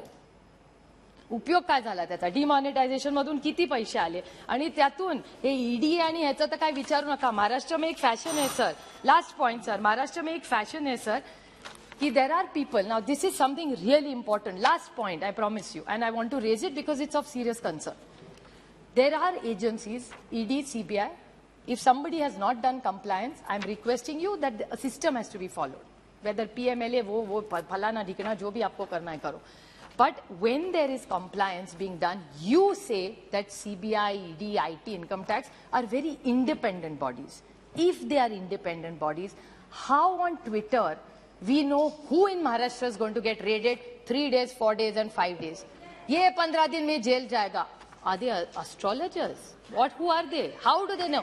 मेघवाल जी ट्वीट पे आता है और I can table this, मेरे पास सर के डॉक्यूमेंट्स है, माई डेट मैं आपको बता सकती हूँ कि इसका डेट है, बोला इसको जेल में डाल देंगे इसको। So there are only 2 ways of looking at it. Either then you admit that ED, CBI, all these agencies are run by the people in power today. Admit it. सच बोलो यार, अमित शाह जी सच बोलते हैं। I think I should ask him only. बाकी का पता नहीं, ये सरकार में कौन सच बोलता है, कोई नहीं, वो तो जरूर बोलते हैं। और the second question I want to ask, are there leaks? अगर एक पेपर लीक होता है ना तो पूरी इंक्वायरी लगा देते आप, उस अफसर को जेल में डाल देते। जब आपका कार्यकर्ता, मैं आरोप कर रही हूं आज, मैं न्याय मांग रही हूं मेघवाल जी आपके सरकार को कि अगर आपका कोई आदमी, आपके 2 ऐसे आदमी हैं, मैं ट्विटर से प्रूफ कर सकती हूं, जिनको रेड कब, जेल कब, ईडी कब सब जानते हैं, कोई नहीं पूछने वाला आपको। कर लीजिए, हमसे गलती होगी, फांसी दे दीजिए, यहां भी नहीं विजय चौक में मुझे फांसी दीजिए, कोई बात नहीं, लेकिन अगर गलती करी होगी तो I deserve a fair trial. तो ये ED, CBI, all these things that are using are not fair. Life is a full circle Meghwal ji, कभी हम भी वहां बैठे, हमसे शायद वो पीएमएलए की गलती हो भी गई होगी शायद, thank you but it did hang us one day. तो ऐसा आप मत करिए। Thank you. Be fair and be just is my only request. There are some points I wanted, but I appreciate that you will think over all this and make sure this is a safe environment for every Indian who's happy to pay tax for the betterment of this country. Thank you. Thank you. Sir, thank you, sir. Due to lack of time, I am raising some points only. Number one, regarding all members have told here that about the price rise of petroleum products. Sir, my request to the finance ministry is to arrest this price rise of petroleum and diesel, because in all over India, especially the poor people are suffering now, because taxi drivers, auto rickshaw drivers, they are not getting passengers in their vehicles. So my request is to arrest this price rise of petroleum and diesel. And another long pending demand to the government is petroleum products should be included in the GST. Sir, I know most of the states are opposing that, but the tax is different in not only in whole India, but in my state, Kerala. Sir, my constituency is Vadagara. Between Vadagara and Talisheri, that is the major two towns belongs to my constituency. Yeah. From Vadagara to Talisheri is only 13 kilometers. Between that, Mahi. Old Mahi belongs to Pondicherry. New Mahi belongs to Kerala. In old Mahi, petrol and diesel price is less than in Kerala. If 95 rupees for diesel in Kerala, only 85 in Mahi, old Mahi. So my request is if you can include petroleum products to GST, the price rise of petroleum products should be controlled. So this is most of the political parties also requested that GST, the petroleum product should be included in GST. Sir, number two, I want to say important things to the finance minister, because finance minister told that Calicut airport is going to be privatized. Sir, in Kerala there are only 4 international airports: Trivandrum, Kochi, Calicut and Kannur. Kochi and Kannur are joint venture of state and central. And two airports belong to civil aviation, that is Trivandrum and Calicut. Now Trivandrum has given to Adani. Few days back, finance minister told we are also privatizing Calicut airport. The main problem in Calicut airport, day before yesterday, civil aviation minister told that a major accident was taken place in Calicut 2 years before. Now the situation is big flights are not coming in Calicut. Calicut is the Hajj embarkation points also. Now, because of the suspended of big air service, now Hajj embarkation point is also suspended. So my request is, so Kerala government is telling that Calicut airport is going to be privatized. Then why we are acquiring the lands? Civil aviation minister told that we want minimum 20 acres for the development of runway. State government is telling that if you are going to privatize the airport, why we are giving, for acquisition land for the airport development. So my request is, please don't privatize Calicut airport. And till the development work, the Hajj embarkation point should be in Kannur International Airport, because most of the Hajj pilgrims are northern part of Kerala. Now the Hajj embarkation point is in Kochi. They should travel minimum 200 kilometers from Malabar area to Kochi airport. So till the development work will be, till the development work of Calicut, my request is Kannur airport should be the Hajj embarkation point. Number 3, sir, about this is a common thing, every MPs will join with me, I think. The increasing of MP land fund. Sir, in our fund is only 5 crores. You know, sir, in Kerala, MLAs are getting 6 crores in a year. In Kerala, one parliament constituency means 7 assembly segments. So MLA is getting 6 crores for 1 assembly segment. MPs are getting only 5 crores for 7 assembly segments. And second thing is implementing officers. Sir, you also complained at that. Officials are not giving priority to MP fund. They are giving priority to MLA fund. In my fund also, in 2019-20 fund was not utilizing because I have given suggestion, but officers are not minding for that. Even in review meetings is also not going on. One review meeting held in last week when the parliament section time. So give instruction to collectors to implement MP fund in the proper time. So that is my request. Sir, the third thing is Hindustan Latex in Thiruvananthapuram. That is also going to be privatized. So the state government told that we are ready to take over it. But government is telling that we are not ready. central government is telling that we are not giving to state government, and the state government is not permitting for disinvestment activities also.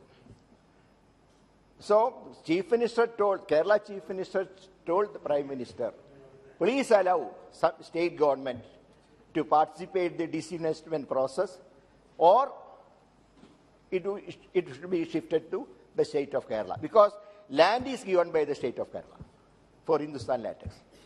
So now it is all going to private sector. So kindly allow state government for this disinvestment process, or given it to state government.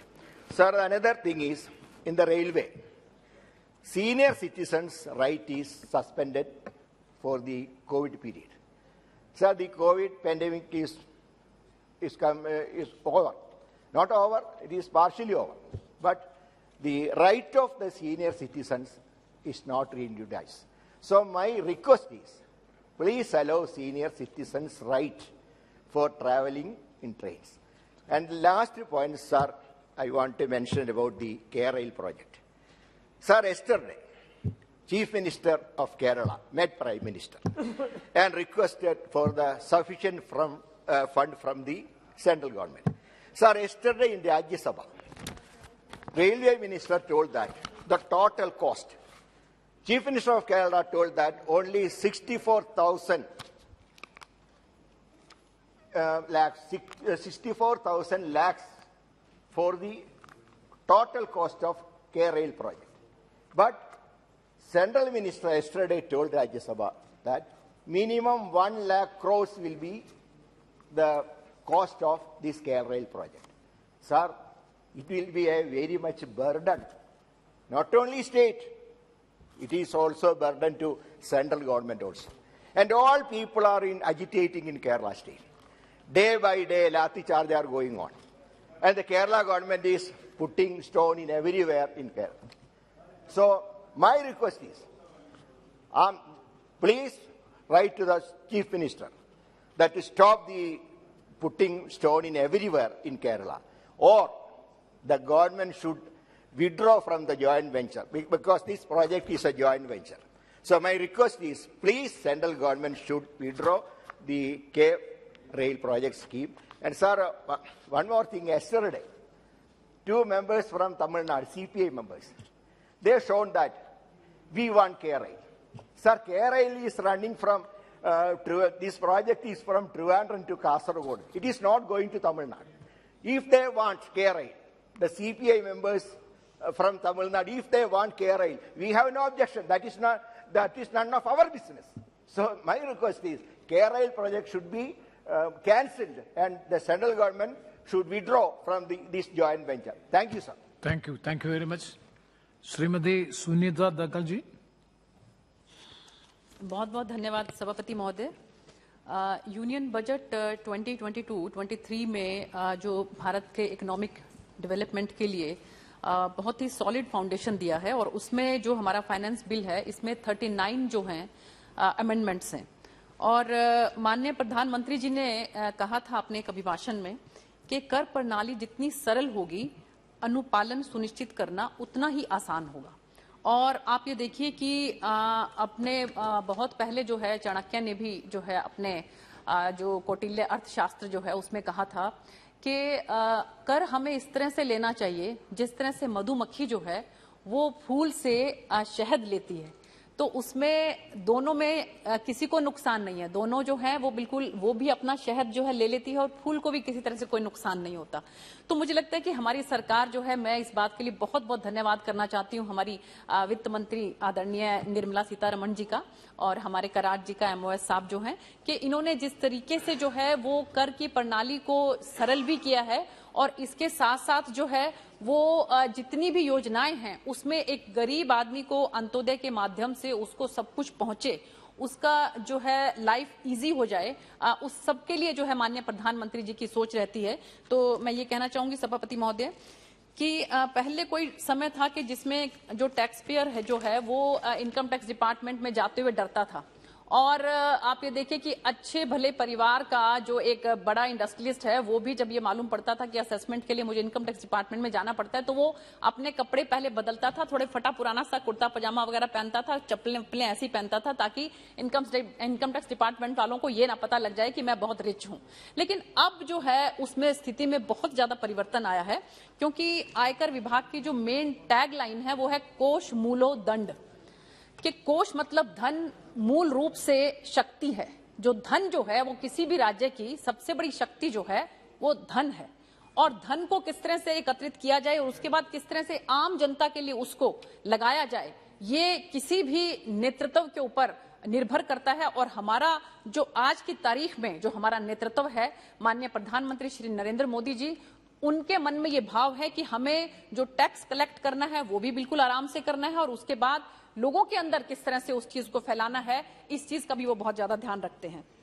मैं देख रही थी कि अभी यहाँ पर हमारी माननीय सांसद जो हैं शताब्दी जी और सुप्रिया जी तो इतने प्यार से, इतने मैं कहूंगी कि इतने सौम्य तरीके से जो है वो थपकी मारती हैं कि जो है वो सामने वाला इंसान जो है वो ना रो सकता है ना हंस सकता है। बड़ा सभ्य उनका बड़ा सौम्य तरीका है, मैं बहुत अप्रिशिएट करती हूँ उनको। वो हमेशा ही जो है अपने मन के गुबार को, अपनी मन की बात को बहुत ही सौम्य तरीके से रखती हैं।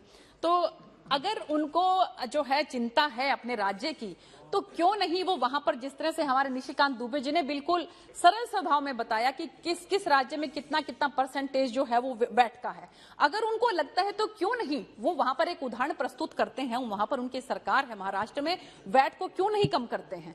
लेकिन एक दूसरे के ऊपर आरोप लगाना या दूसरे को जो है कटघरे में खड़ा करना तो बहुत आसान है, अपने पास जो ताकत है उसका इस्तेमाल ठीक तरीके से नहीं किया जाता। तो मैं यही कहना चाहती हूँ सभापति महोदय कि जो जो अभी इसके अंदर अमेंडमेंट्स हमारी आए हैं, जैसे उसमें सेक्शन 68 की अगर मैं बात करूं तो इसमें जो टैक्स पेयर्स हैं, पहले पिछले की सरकारों में देखिए इस तरह की बातें, इतनी बातें हो चुकी हैं कि जो है हमको उनको दोहराना ही पड़ता है कि पहले कौन किससे, अपने ही किसी साथी से, किसी बड़े इंडस्ट्रियलिस्ट से, बहुत बड़ा उदाहरण जो है उनमें केसेस भी चल रहे हैं। अगर आप इसको बारीकी से अगर आप सोचेंगे कि अपने ही किसी इंडस्ट्रियलिस्ट साथी से लोन लेकर और फिर उसी के इंडस्ट्री में उस लोन को जो है उस पैसे को लगा देना, इस तरह की बहुत सी पहले की सरकारों के अंदर हमने देखी हैं, बहुत से उदाहरण देखे हैं। तो हमारी सरकार की कोशिश है कि किसी भी तरह का कोई भी गोलमाल ना हो। तो आप ये देखिए कि 60% जो है उसके ऊपर टैक्स लगेगा अगर किसी ने कोई पैसा लिया है और उसके पास कोई रीजनेबल एक्सप्लेनेशन नहीं है, तो सीधा स्टेट वे उसके ऊपर 60% का टैक्स लगेगा, ताकि इस तरह की जो पहले जो इस तरह की कार्रवाइयां हुई हैं उसको जो है उसमें बचाव किया जा सके। और इसके बाद आदरणीय सभापति महोदय बहुत सी बातें क्रिप्टो करेंसी के बारे में हुई। तो देखिए सरकार की कोशिश ये रहती है कि सबसे पहले वो धरातल से जो है किसी भी चीज को शुरू करती है। जैसे कि जब जनधन योजना जो माननीय प्रधानमंत्री जी ने शुरू की थी तो सबने बहुत इसके बारे में कहा था कि सबके खाते खुल जाएंगे तो क्या हो जाएगा, कौन सा इसमें पैसे आने वाले हैं। लेकिन आज मुझे लगता है कि विपक्ष भी इस बात की दलील देगा, इस बात को जो है अप्रिशिएट करेगा कि जो भी सरकार की योजनाएं हैं वो हमारे गरीब जो हैं, जनता जो है, उनके खातों के अंदर सीधा पैसा पहुंच जाता है, क्योंकि उनके समय में ही उनके ही जो है प्रधानमंत्री, जो उस समय में पूर्व प्रधानमंत्री होते थे, उन्होंने ये कहा था कि पैसा कितना ऊपर से चलता है और नीचे कितना पहुंचता है। तो ये अभी, और दूसरी एक और बात मैं कहना चाहूंगी, मैं फिर से जो है आदरणीय हमारी शताब्दी जी और हमारी सुप्रिया जी के बारे में कहना चाहूंगी कि उन्होंने एलपीजी के बारे में बात की। सरकार की जो है वो एक योजना है, सरकार ने क्या किया, उज्ज्वला योजना के तहत, सभापति महोदय बहुत इंपॉर्टेंट बात मैं कहना चाह रही हूं कि उज्ज्वला योजना के तहत पूरे हिंदुस्तान के अंदर आज मुझे नहीं लगता कि कोई भी घर ऐसा होगा कि जिसके पास गैस का सिलेंडर ना हो और जिसके पास बर्नर ना हो।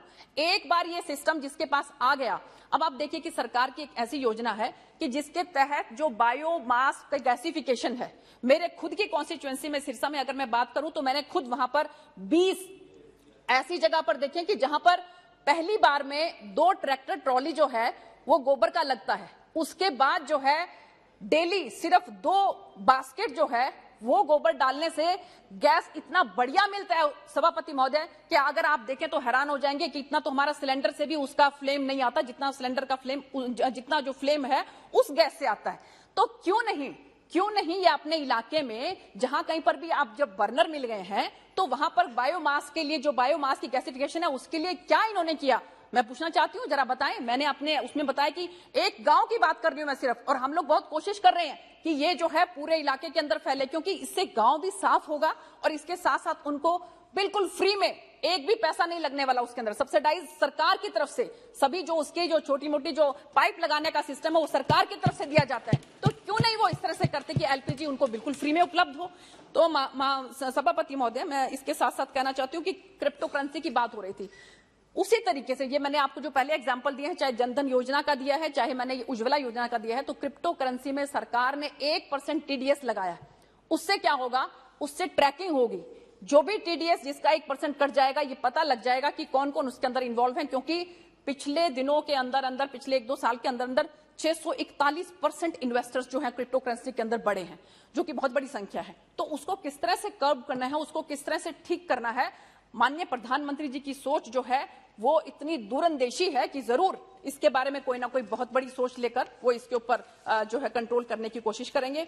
और अपडेटेड टैक्स रिटर्न्स, देखिए बहुत बार पहले क्या होता था कि इसमें सभापति महोदय कि जो chartered accountants proper tax return भरते हैं, जो फर्म होती हैं, कंपनीज होती हैं, वो अलग बात है, लेकिन जो हमारे आम छोटे जो हैं नागरिक हैं, उनके लिए उनको इतनी दिक्कत आती थी इसमें कि छोटी मोटी अगर कोई गलती हो जाती थी तो उसमें उनको बहुत प्रॉब्लम आती थी, इंटरेस्ट भी लगता था, पेनल्टी भी लग जाती थी। लेकिन सरकार की तरफ से बहुत अच्छी योजना है कि अपडेटेड टैक्स रिटर्न के 3 साल के अंदर एक टाइम पीरियड दिया है, उसके अंदर अगर कोई भी गलती है तो उसको हम ठीक कर सकते हैं और अपनी अपडेटेड रिटर्न जो है वो फाइल कर सकते हैं। लेकिन इसके अंदर जो ब्लैक मनी एक्ट है, जो लोकपाल एक्ट है और प्रिवेंशन ऑफ मनी लॉन्ड्रिंग है, इस तरह के जो केसेस हैं उनको ये सुविधा नहीं दी गई है।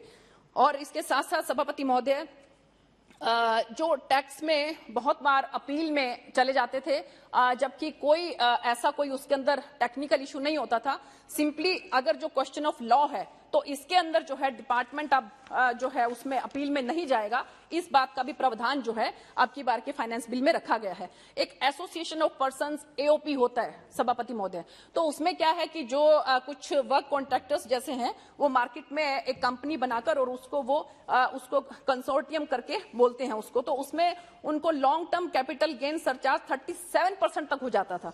सभापति महोदय, इस फाइनेंस बिल के अंदर जो है उसको कैप लगा दी है और अब 15% जो है इससे ज्यादा नहीं होगा, और एओपी के लिए 15% जो की कैप लगाकर उसको अब इतना ही जो है long term capital gain surcharge जो है उससे लिया जाएगा।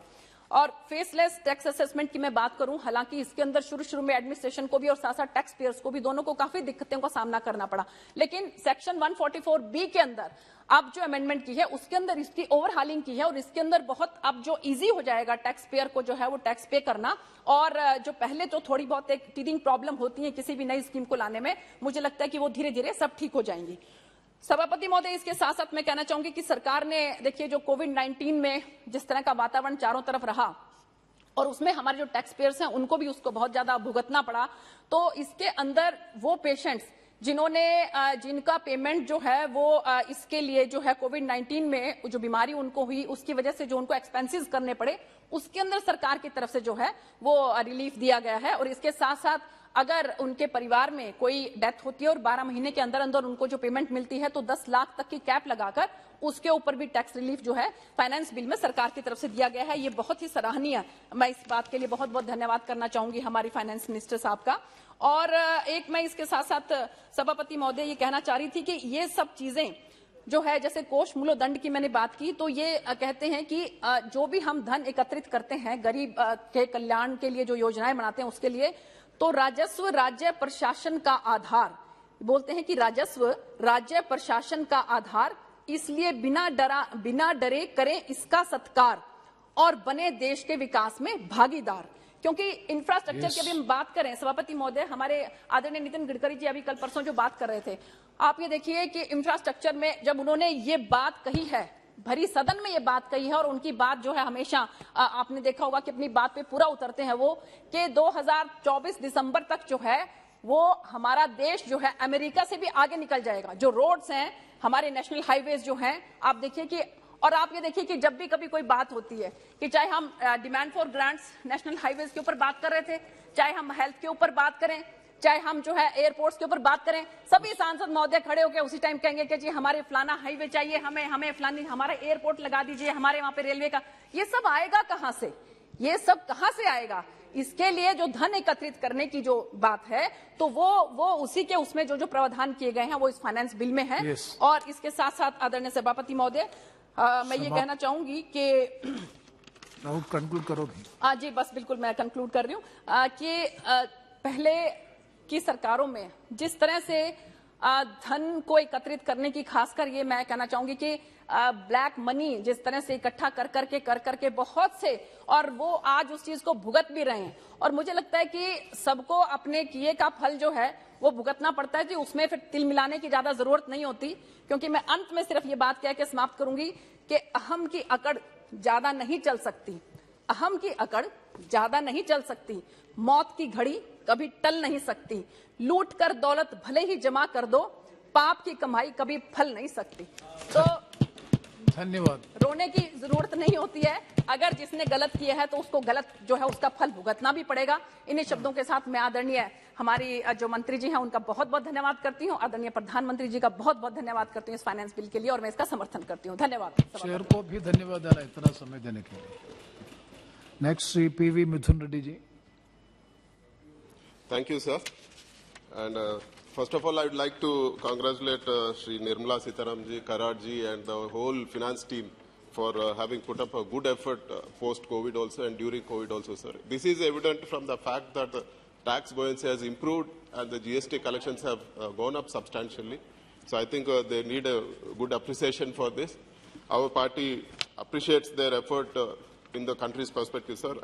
Before I go into the national perspective, I would like to talk about the state issues because of the paucity of time. Sir, the first and foremost thing, sir, what was promised to us during bifurcation of the state is Polavaram project. There's huge confusion, sir, for Polavaram project. We have asked hundreds of times. It was clearly written in AP Reorganization Act that Polavaram project will be completed in total and be handed over to the state, sir. And the state had already spent money on that, which was supposed to be taken up as equity. But every day, sir, every day there is some issue or the other, and there's some litigation which is coming up from, say, if it is not from Jal Shakti, it is from Finance Department. This is not fair. Polavaram project is a national project and was promised to us saying that it will be completed in time. So central government should support us heartfully, sir. We don't need a half-hearted support in this aspect. And I would also like to bring to the notice of the government that Visakhapatnam steel plant is very important. It's something to do with the sentiment of the state. It is not a loss-making venture. This year, we are definitely sure that Visakhapatnam steel plant will make good profit, sir. I've heard, like in the replies, they're saying that we are going to sell loss-making unit, but there's just 6 or 7 days left for this March month to complete. And I want the ministry also to take a note of this, sir, because it's going to be profitable, and even the years to come, steel industry is looking very bright, and it's going to be in profits. We request the government to think of improving Visakhapatnam steel plant by allotting captive mines. And, sir, I would like to point out that when BSNL is a loss-making thing, the government should think of privatizing BSNL or things like that, which is going to make a loss, but not Visakhapatnam steel plant. And we have seen, sir, recently there have been a lot of students who have returned from Ukraine. The thing is that we are not able to provide them medical education in the country, sir. A lot of people are going there because they're getting cheap education. And the standard is also not bad, sir, what they're providing in Ukraine or Philippines. So the state government has taken up a very good initiative. Our Honorable Chief Minister has taken up a very good initiative. He is setting up 13 new medical colleges, sir. They are in various stages of progress. So I request the government to come forward, sir, because there should be a long-term solution. Our students can't go for education outside. We are talking of Atmanirbhar Bharat. But where is Atmanirbhar Bharat in education? Why should our students go out when we have very good teachers, when we have very good staff here? So I request the central government to support these medical colleges in the interest of the nation. And I will also request the government to support for our fishing harbors and the ports, sir. The government will not be at a loss, because whatever we transport through these fishing harbors in the small vessels, throughout the country we can transport them. So there are thousands and thousands of trucks which go from Andhra Pradesh, be it fisheries or fisheries product, fish, or rice or any other agri products. A lot of things get transported from Andhra Pradesh. But if we make use of these 9 fishing harbors, which AP is doing, and the ports, new ports which AP is developing, I think a new ecosystem will develop, sir. And the government will get back their revenues in the form of GST. The government should, I request the central government to support these fishing harbors and these ports, sir, because ultimately they are also going to enjoy the revenues and enjoy the tax collections from these ports. And the money will be recovered in a very short span. It makes very good business sense for the central government also. And it will be useful for the public also, sir. So I request the government to support these ports and fishing harbors. And they are dues for AP Civil Supplies Corporation, sir. Right from 2013-14, it is the money which has to be reimbursed for the state. More than 1,700 crores is pending. We request the central government to come out with all the things, because CAG is already ratified and they are, we are eligible for the reimbursement. So they should immediately do this. And first and foremost thing in the BJP manifesto in 2014, when they went for the elections, was a special category status.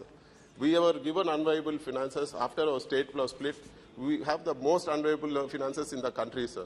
So we demand special category status. We want the government to keep up its word. And it is not a request, sir. What we have promised, what was promised on the floor is this House. We are demanding a special category status. And even the revenue deficit grant also has not been completely reimbursed. And I have raised issues regarding mango farmers during the discussion, even in the Commerce Ministry. So I would like to bring to the notice of the government, sir. I would like the attention of the Honorable Minister, sir. Sir, there is a discrepancy for mango pulp and mango puree, sir, where GST is being charged at 18% instead of 12%. So it is different, sir. There are farmers in Gujarat, there are farmers in Karnataka, Andhra Pradesh who are dependent on mango. There are people there in Maharashtra, throughout the country, sir. Each state is interpreting in a different way, and now people are being asked to pay retrospective at 18%. So it's going to hit the poor farmers and it's going to kill the industry, sir. This is not a good move. So I request the government to inform the concerned authorities. We will submit a representation of the same also, sir. The farmers should be protected and the tax slab should be at 12%. I will tell you why, sir, because this is just an intermediate process. There is no loss to the government because it is not the final product what they are going to sell it. And there are various other issues also for the farmers, sir. For example, if you are transporting fish with ice, there is no GST. But if you transport cut fruit in ice, adding some salt as preservative, they are charging 5% GST. So this is not fair.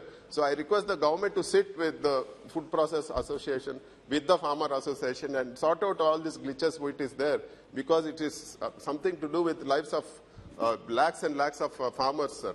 Please take this at topmost priority and sort this issue, sir. Sir, I like to proudly tell that all 40,000 government schools in our state are being renovated in Nadu Nedu, sir. They are on par with corporate schools, and the gross enrollment ratio is going up. And I've been asked for recommendation letters for admission into my constituency government schools, sir. They're putting up no admission, there are no admission boards for these schools, sir. So such is the thing effort our CM is putting in terms of schools. So I would like the central government to support for this program, this novel program, where all the schools are being renovated and all the poor people get a fair chance to get a very good education. So even the other states have announced, sir. Even the UP has announced, Telangana has announced similar lines, what AP is doing. So I request the central government to support this scheme, sir. Without education, the country will not move in the proper education, will not move in the right direction. So, and coming to the other issues, sir, issues where payment is pending from central government, sir. There will be, people are being asked to pay advanced GST even before the realization of the payment, sir. Last time I raised this and they said it's a prerogative of the GST Council. The Honorable Finance Minister, being head of the GST Council, should initiate this and see that without realization of the payment, when people are in stress and government is trying to come up with incentives and support, that too when government is not paying the people, how can GST be collected in advance? So there should be proper justice in this. Only upon the actual realization of the payment, GST should be collected in such cases. I want the Honorable Minister to propose this also. And, sir, In the national perspective, you see the current tax threshold is 2.5 lakhs. It is fixed at 2014. But the inflation has increased a lot, so the poor people will not be benefited.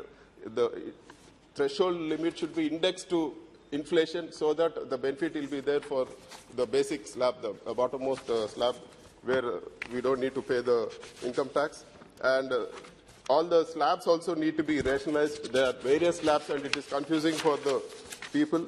And in terms of this faceless assessment and other things, sir, the proposed substitution of section 144B that deals with the procedures around faceless assessment, which was introduced just the previous year, has been amended, sir. And there have been 150 amendments, which is not good, sir. There should be some clarity.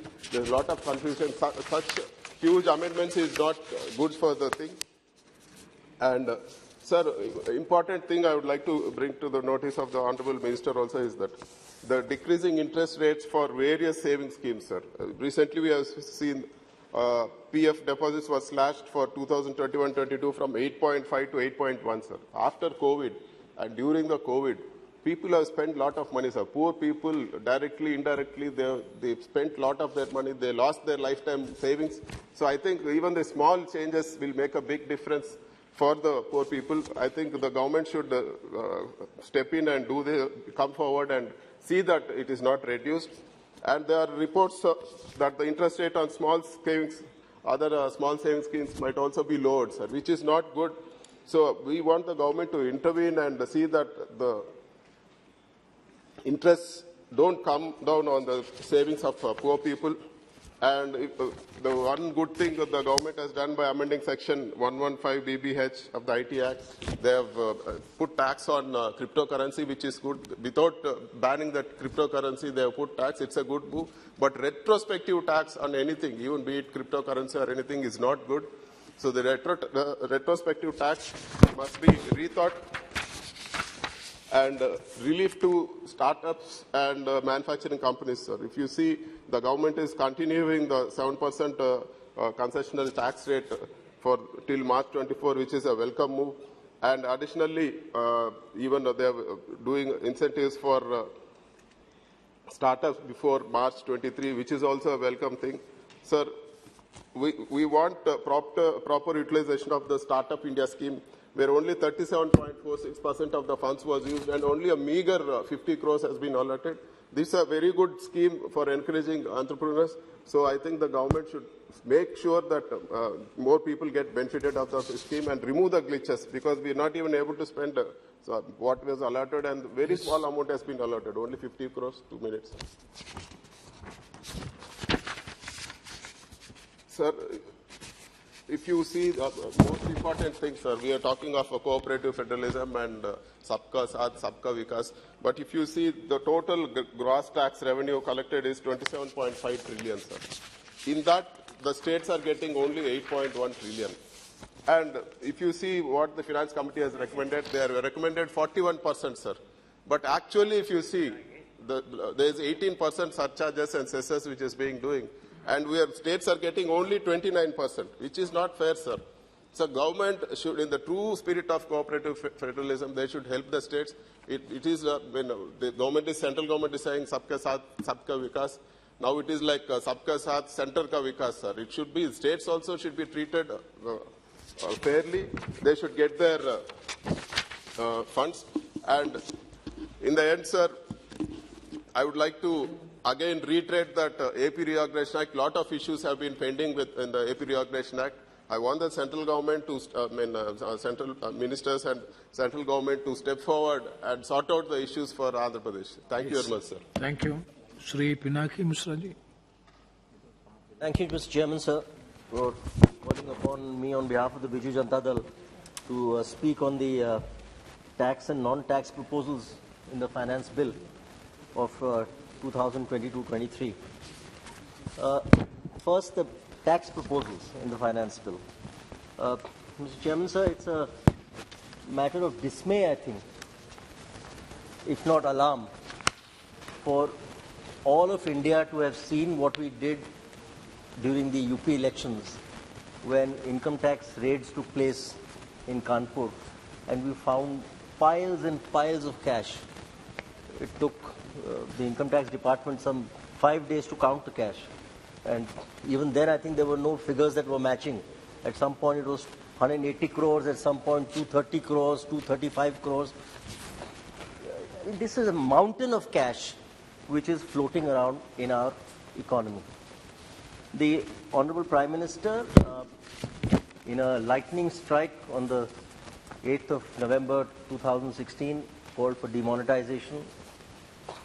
The objectives of demonetization were removal of black money and bringing in a digital economy, was to do away with fake currency, was to curb terrorist financing.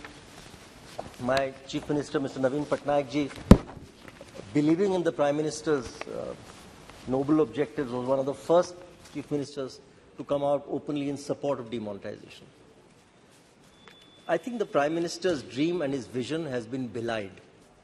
I think the Treasury benches, which are unfortunately empty as I speak today, will be the first to understand and recognize that the Prime Minister's vision has been completely belied. Not only did the 16 lakh crores then, which were demonetized, come back in its entirety. Supriya Sule ji asked a question. I'd like to ask the government how much black money came back. Oh, all the black money came back. Nicely laundered, cleaned up, washed up, laundered. So all the black money came back. In fact, my memory serves me right, some 30,000 crore more than the issued currency also came back. So which means 30,000 fake currency also came back into the government system. And the government is still silent on how much tax they managed to actually get back from the laundered money. I don't think that's, because they are saying it's all wrapped up in litigation. I'm sure it will be wrapped up in litigation for the next 20 years. What is the position today? It was 16 lakh crores of cash money in circulation in 2016. Today it has gone up to 29 lakh crores. It's almost doubled. This is the position today with regard to cash currency in circulation. Somewhere, this government has to acknowledge that it has been no different than the Congress government of the 60s, 70s, 80s, because of which there is a legacy of black money in this country. Because in those days, I remember when I was a child, I used to be told my father was in the Swatantra Party, which always asked for liberal tax policies against the Congress's so-called fabian socialism. My father used to tell us that the tax slab at one time in India was 110%. If you earned 100 rupees, you paid 110 rupees in tax. This was the tax slab, with income tax, wealth tax, all other surcharges included. Which is what has given rise to black money in this country, which is what has given rise to aversion to paying tax in this country. And no matter what Mrs. Dugal, who is herself from the department and therefore has a much rosier picture about the department than most of us have, Mrs. Dugal said the department has now become much more user-friendly, able-friendly, etc., etc. I don't think anything of that sort has happened. We are still in a country of 130 plus crores. There are only 2.5 crore tax assessees. And tax assessees are not taxpayers. The taxpayers, I think, are barely run into some 25 odd lakhs. The rest file nil returns. So they are actually not taxpayers. They are only for the namesake, they are tax assessees. So taxpayers, therefore, out of 130 crores is 25 lakh direct taxes. And out of that, only 8,000, regrettably, are over the figure of 5 crores a year. Out of that 8,000, let me tell you that 2,500 are lawyers and chartered accountants. So, therefore, we are proud to be part of that 8,000. But the point is, that figure of 8,000 in this country of 130 crores, looking to the mountain of cash in circulation, that figure of 8,000 should actually be no less than 80,000, if not 8 lakhs, honestly, if we look at the honest truth. So, therefore, something is seriously still wrong with our tax compliance, because something is seriously still wrong with the method of tax collection in this country. The government must be the first to come to terms with it, and I'm sure the Prime Minister, who wants to change all that was wrong with the Congress, and much was wrong with what the Congress did for 60, 70 years in this country, if he wishes to actually clean the system out, he has to start right at the bottom. There is an army of tax collectors out there which is not necessary. You don't have to give them jobs and pensions. They are there only to get jobs and pensions. That army can be whittled down to 25% of what it is today. If you simplify your tax procedures, you make out two clear slabs of 15%, 20%, no exemptions, 15% below a particular threshold, 20% above a particular threshold. You don't need 10,000 exemptions, and therefore 5.5 lakh people to adjudicate on a daily basis. And we know what happens. All this faceless assessment and all, Mr. Chairman, I've been a taxpayer for the last 37 years.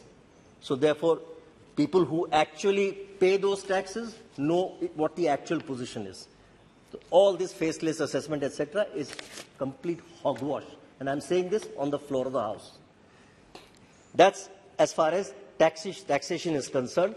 Therefore, it's a matter of regret that the government has actually done very little to ensure that black money is weeded out of the system, number one. Number two, I was dismayed to hear what the Treasury benches, Mr. Nishikant Dubey, who is normally a very close friend of mine and one of the best articulate speakers on behalf of the Treasury benches today, had to say about cryptocurrency, that cryptocurrency has to be banned sooner rather than later. The government has spoken in multiple voices on this. There is rampant confusion. I'm a member of the Standing Committee. We have deliberated on this. We've heard expert opinion on this.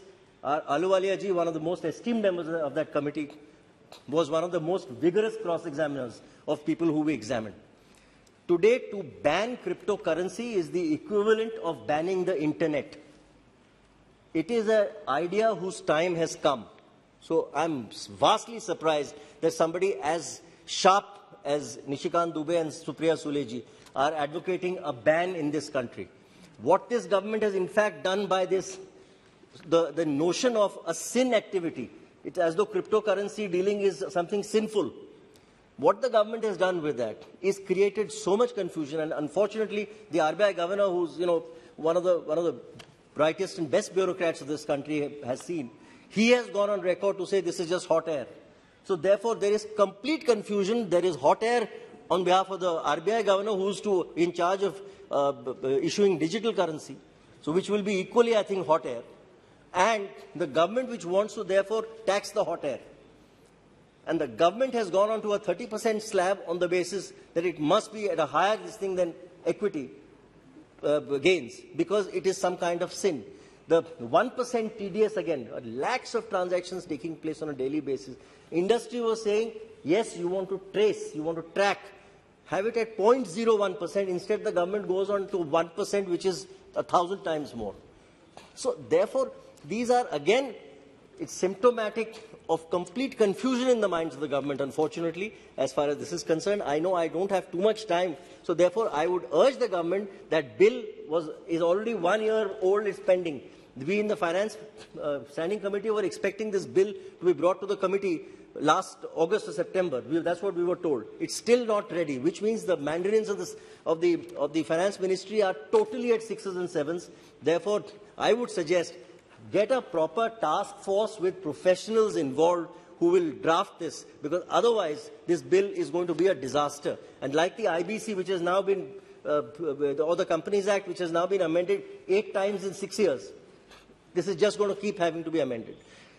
Mr. Chairman, sir, on the non-tax proposal side, just a couple of very quick things. We welcome the disinvestment of Air India at 51,000 crores. This was long overdue, one of the boldest steps of this government. I congratulate the government.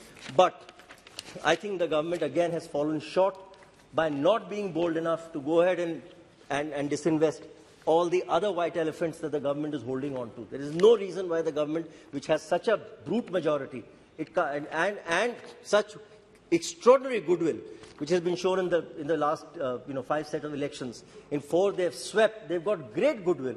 So there is no reason why they can't encash this goodwill and go right ahead and do what they had to do by way of this investment. That's one of the real disappointments of this government. Therefore, they need to seriously rethink their disinvestment policy. And the Prime Minister on day one had talked about land monetization, which is again one of the critical areas of the Indian economy, which is again languished completely in the times of the Congress 60, 70 years.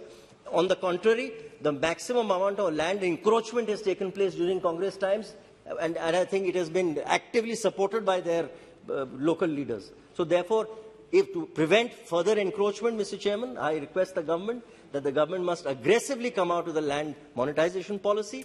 Needless to say, my time is up, so I'm not going to waste the time of the House in trying to beseech you to give me more time. All I'm going to say is, while we support the finance bill, the objectives being noble need to be far sharper in their focus and far sharper and far sharper in their execution. Thank you, Mr. Chairman, sir. Thank you, Benagi Mishra ji. Next is Kausalendra Kumar ji.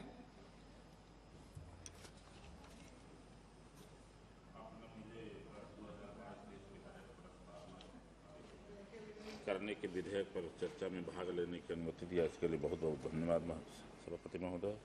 माननीय वित्त मंत्री जी द्वारा 2022-23 के लिए 39.45 लाख करोड़ व्यय का budget प्रस्तुत किया है। यह काफी सराहनीय एवं विकास की रफ्तार को बनाए रखने वाला बजट है।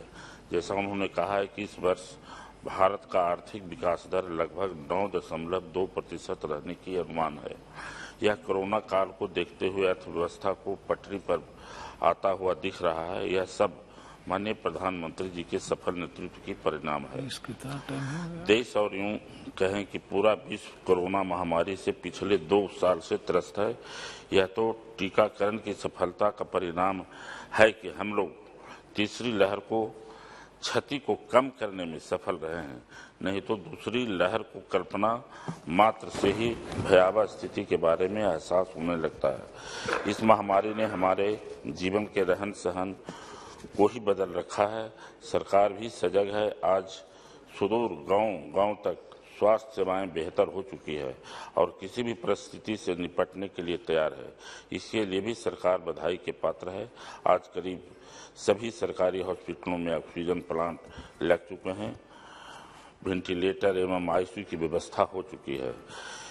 सब केंद्र सरकार और राज्य सरकार के आपसी सहयोग से ही संभव हुआ है, किंतु प्रथम लहर में हमारे मजदूर भाइयों को जो परेशानियां हुई वह पीड़ादायक था। आज बेरोजगारी एक अहम समस्या खड़ी हो चुकी है। लगभग 45% युवाओं की आबादी है, वे बेरोजगार भटक रहे हैं। महामारी में जिनको रोजगार मिला हुआ था वह भी बेरोजगार हो गए हैं। इस घड़ी में गरीब कल्याण योजना के तहत सरकार ने 80 करोड़ लोगों को मुफ्त अनाज प्रदान कर राहत का काम किया है। माननीय वित्त मंत्री जी ने पीएम गति शक्ति में 7 क्षेत्रों में एक साथ क्लब कर सतत विकास की गति को आगे बढ़ाने का लक्ष्य रखा है। इससे अधिक नौकरियां पैदा होगी। आशा है इससे बेरोजगारी की समस्या भी कम होगी। बिहार में भी कोसी मुची नदी को जोड़ने का प्रस्ताव लंबित है। दूसरी बागमती, बूढ़ी गंडक और नून नदी एवं गंगा और बागमती नदी को जोड़ने के लिए केंद्रीय जल शक्ति मंत्री जी के पास लंबित है। इसे भी लागू करना चाहिए। बिहार का 73% भूभाग हर वर्ष बाढ़ की चपेट में। कोसी और गंडक नदी पर नेपाल के मुहाने पर हवाई डैम बना दिया जाए तो बाढ़ से राहत मिलेगा। साथ ही गंगा नदी में गाद सिल्टिंग की समस्या से निपटने के लिए एक कार्य योजना की आवश्यकता है। राज्य सरकार को इसके लिए सहयोग की आवश्यकता है। माननीय वित्त मंत्री जी इस पर भी गौर करेंगे। महंगाई की समस्या पर भी सरकार को ध्यान देने की जरूरत है। आज सभी आवश्यक वस्तुओं की कीमतें काफी बढ़ चुकी है। आम लोग इस महंगाई से परेशान और त्रस्त हैं। चाहे पेट्रोल और डीजल और रसोई गैस के दाम जनता तक पहुंच बाहर हो गई है। बिहार में एवं अन्य कुछ राज्य की दौर, विकसित दौर में काफी पिछड़ रहे हैं। यह तो सरकार की नीतियां, आयोग की रिपोर्ट भी कहती है। अभी आंध्र प्रदेश के हमारे रेड्डी साहब बता रहे थे। तो उसी प्रकार से बिहार को भी विशेष राज्य का दर्जा मिले, इसके लिए लगातार बिहार के सांसद और जनप्रतिनिधि, हर पार्टी के लोग बिहार विधानसभा से प्रस्ताव पास करके केंद्र सरकार को भेजा है। इसके लिए मैं माननीय प्रधानमंत्री जी से अनुरोध करूंगा कि बिहार को विशेष राज्य का दर्जा मिलना चाहिए। खास करके लॉन्ग टर्म अगर विकास नहीं होता है बिहार में तो उसके लिए काफ़ी परेशानी है। मैं माननीय प्रधानमंत्री जी से अनुरोध करूंगा कि विकास दर को आगे बढ़ाते हुए खास करके जो केंद्रीय करों में छूट मिलता है उसका लाभ बिहार को भी मिले और औद्योगिकीकरण भी हो, रोजगार का भी अवसर पैदा होगा। इससे राज्य को अधिक राजस्व की प्राप्ति भी होगी। सभापति महोदय, सरकार 2022 में किसानों की आय दुगुना करने का वायदा कर चुकी है। यह पूरा होना चाहिए। देश में किसानों की आर्थिक दुर्दशा पर ज्यादा ध्यान देने की आवश्यकता होगी, जिससे कि हमारा अन्नदाता खुशहाल रहे, किसानों को अधिक कैश प्राप्त हो। इसके लिए पशुपालन चाहे मछली पालन, मुर्गा पालन को बढ़ावा देने की आवश्यकता है। साथ ही उसके फल सब्जी के लिए जगह जगह कोल्ड स्टोरेज चैन होना आवश्यक है। तिलहन और दलहन की खेती पर अधिक प्रोत्साहित करने की भी आवश्यकता है। इसी प्रकार सांसद आदर्श ग्राम योजना भी जो सांसदों के द्वारा चुना गया है वो विकास से परे है। उसके लिए कोई आवंटन नहीं है, न कोई फंड उसके लिए है। मैं माननीय मंत्री जी से अनुरोध करूंगा कि सांसद ग्राम योजना को विकास के लिए कोई अलग से इसके लिए फंडिंग करना चाहिए। माननीय वित्त मंत्री जी का 80 लाख पक्के आवास की घोषणा सराहनीय कदम है। इसी प्रकार इलेक्ट्रिक वाहन का कार्य योजना भी लाभदायक होगा। महोदय, सरकार पुराने गाड़ियों की इलेक्ट्रिक वाहन में बदलने के लिए अधिक सब्सिडी देने पर विचार करे। इससे मध्यम वर्ग के लोगों को फायदा होगा। रेलवे कोरोना काल से जो बंद हुआ है, कई ऐसे जगह हैं जहां पर कोरोना काल का ही स्पेशल ट्रेनें चला करके काफी पैसा ग्रामीणों से वसूला जा रहा है। और जो स्पेशल ट्रेन होल्ड पर रुकती थी, जो लोकल ट्रेन थी, उसको भी नहीं रोका जा रहा है। इससे काफी आम लोगों में परेशानी है। इसको भी दूर करने की आवश्यकता है। बिहार में रेलवे की ECR जोन में करीब 57 नई परियोजनाएं चल रही है, परंतु आवंटन 6,606 करोड़ हुआ है। इससे रेल परियोजनाओं को पूरा करने में परेशानी होगी। मंत्री जी से अनुरोध है कि इस पर भी ध्यान देने की आवश्यकता है। महोदय, मैं अपने संसदीय क्षेत्र की ओर ध्यान दिलाना चाहता हूं कि नालंदा अंतर्राष्ट्रीय पर्यटक स्थल है और बौद्ध सर्किट से भी जुटा हुआ है। लगातार हम लोग प्रयास मांग करते रहे हैं कि बौद्ध सर्किट से जुटा हुआ है, जबकि कुशीनगर, बनारस, गया बुद्ध सर्किट में हवाई योजना उड़ान शुरू हो गया है, लेकिन नालंदा में अभी तक हवाई अड्डे का कोई कार्यक्रम नहीं चला है। इसलिए मैं माननीय मंत्री जी से अनुरोध करूंगा कि अंतर्राष्ट्रीय हवाई अड्डे का प्रस्ताव दिया जाए। भारतमाला के तहत NH परियोजनाओं में जो भी NH एवं एक्सप्रेसवे बिहार को आवंटित हुआ है, उस पर तेज गति से कार्य पूरा किया जाए, इसकी आवश्यकता है। मैं इस विधेयक का समर्थन करता हूं। बहुत बहुत धन्यवाद। धन्यवाद श्रीमती अभिरूपा पोद्दार जी। Thank you, Speaker sir, for allowing me. Thank you, sir, for Chairman sir, for giving me an opportunity to speak in the finance bill, sir. Sir, we are slowly coming down from the coronavirus pandemic, and everyone was anticipating in this budget and finance bill to be a booster dose of the economy in the post-pandemic era. But in reality, the booster dose, what means is only for the rich, and the poor and the middle class are only getting a booster dose of high taxation, increasing fuel price, and rising inequality. So the government talks about increasing GDP. I feel it means increasing in gas, diesel, and petrol. I would point out few announcements that have been made through finance bill. The budget seeks to lay the foundation of achieving a vision of Honorable Prime Minister for India, also making India a preferred choice for world of doing business. The government has been shifted the goalpost. For first we speak that it said in 2022 it will double the farmers' income, house for all in 2022, and 5 trillion economy. I would want to know from the minister whether this target has been achieved or not. If it has been achieved, please do give us the data or the note of all this. Sir, the finance minister has not proposed any change in basic tax rates and maintained status quo for all types of assessees based the last year. However, it is proposed to extend surcharge 15% of any long-term capital gain earned by individual and HUF, which is currently applicable only to the capital gain on listed shares and dividend income, whereas minimum surcharge for balance income was only 37%.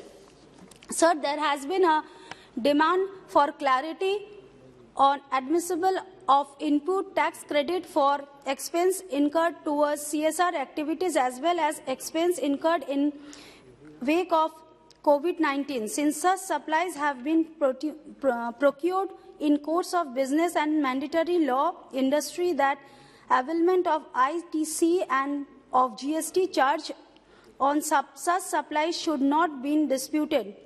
Sir, there has been a delay in processing of GST refunds, where the timeline is for 60 days, within which refund amount must be disbursed under various categories, leading to working capital crunch to businesses. In view of same, the government may consider introducing granting provisional refund to extent of 90% of the total claim within 7 days filing such refund claims, sir.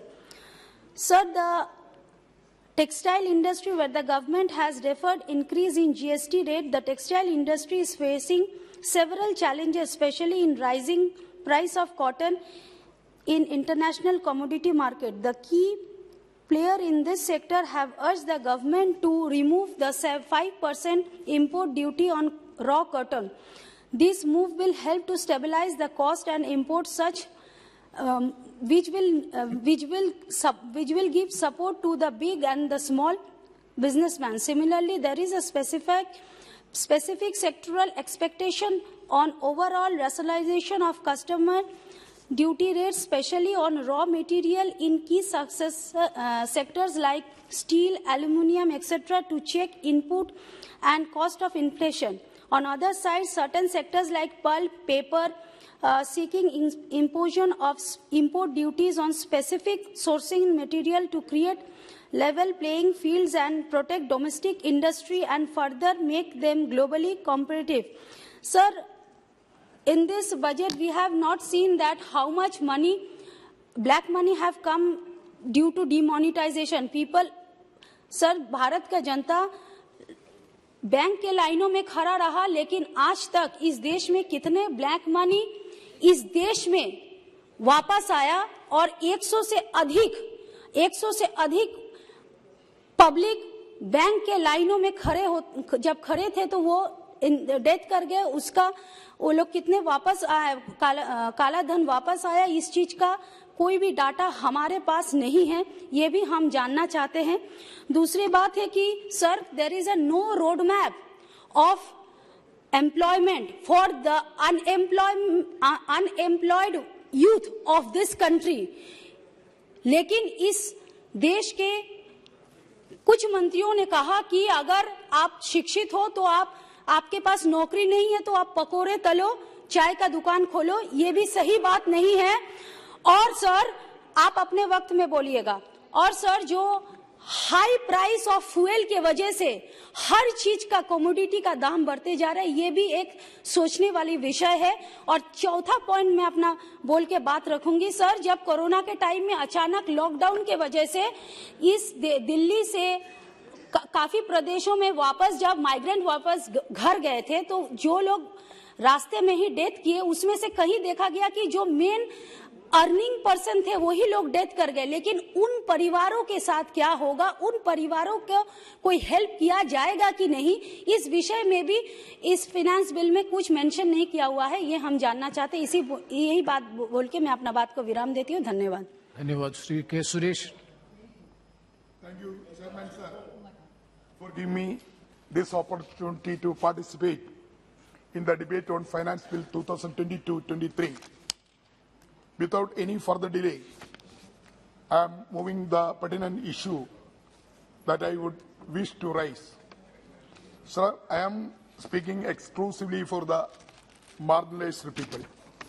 I am not going to all other details, but I am particularly specific issues for relating to scheduled castes and scheduled tribes and other backward communities. As in the case any budget or state and sectoral allocation made, the scheduled castes and scheduled tribes are the most affected and least allocated.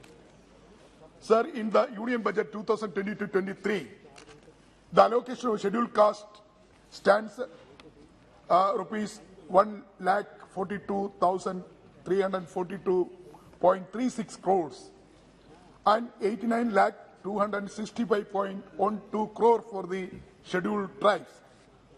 329 schemes for SC and 336 schemes for ST have been allocated for the welfare of scheduled caste and allocation for welfare of scheduled tribes respectively.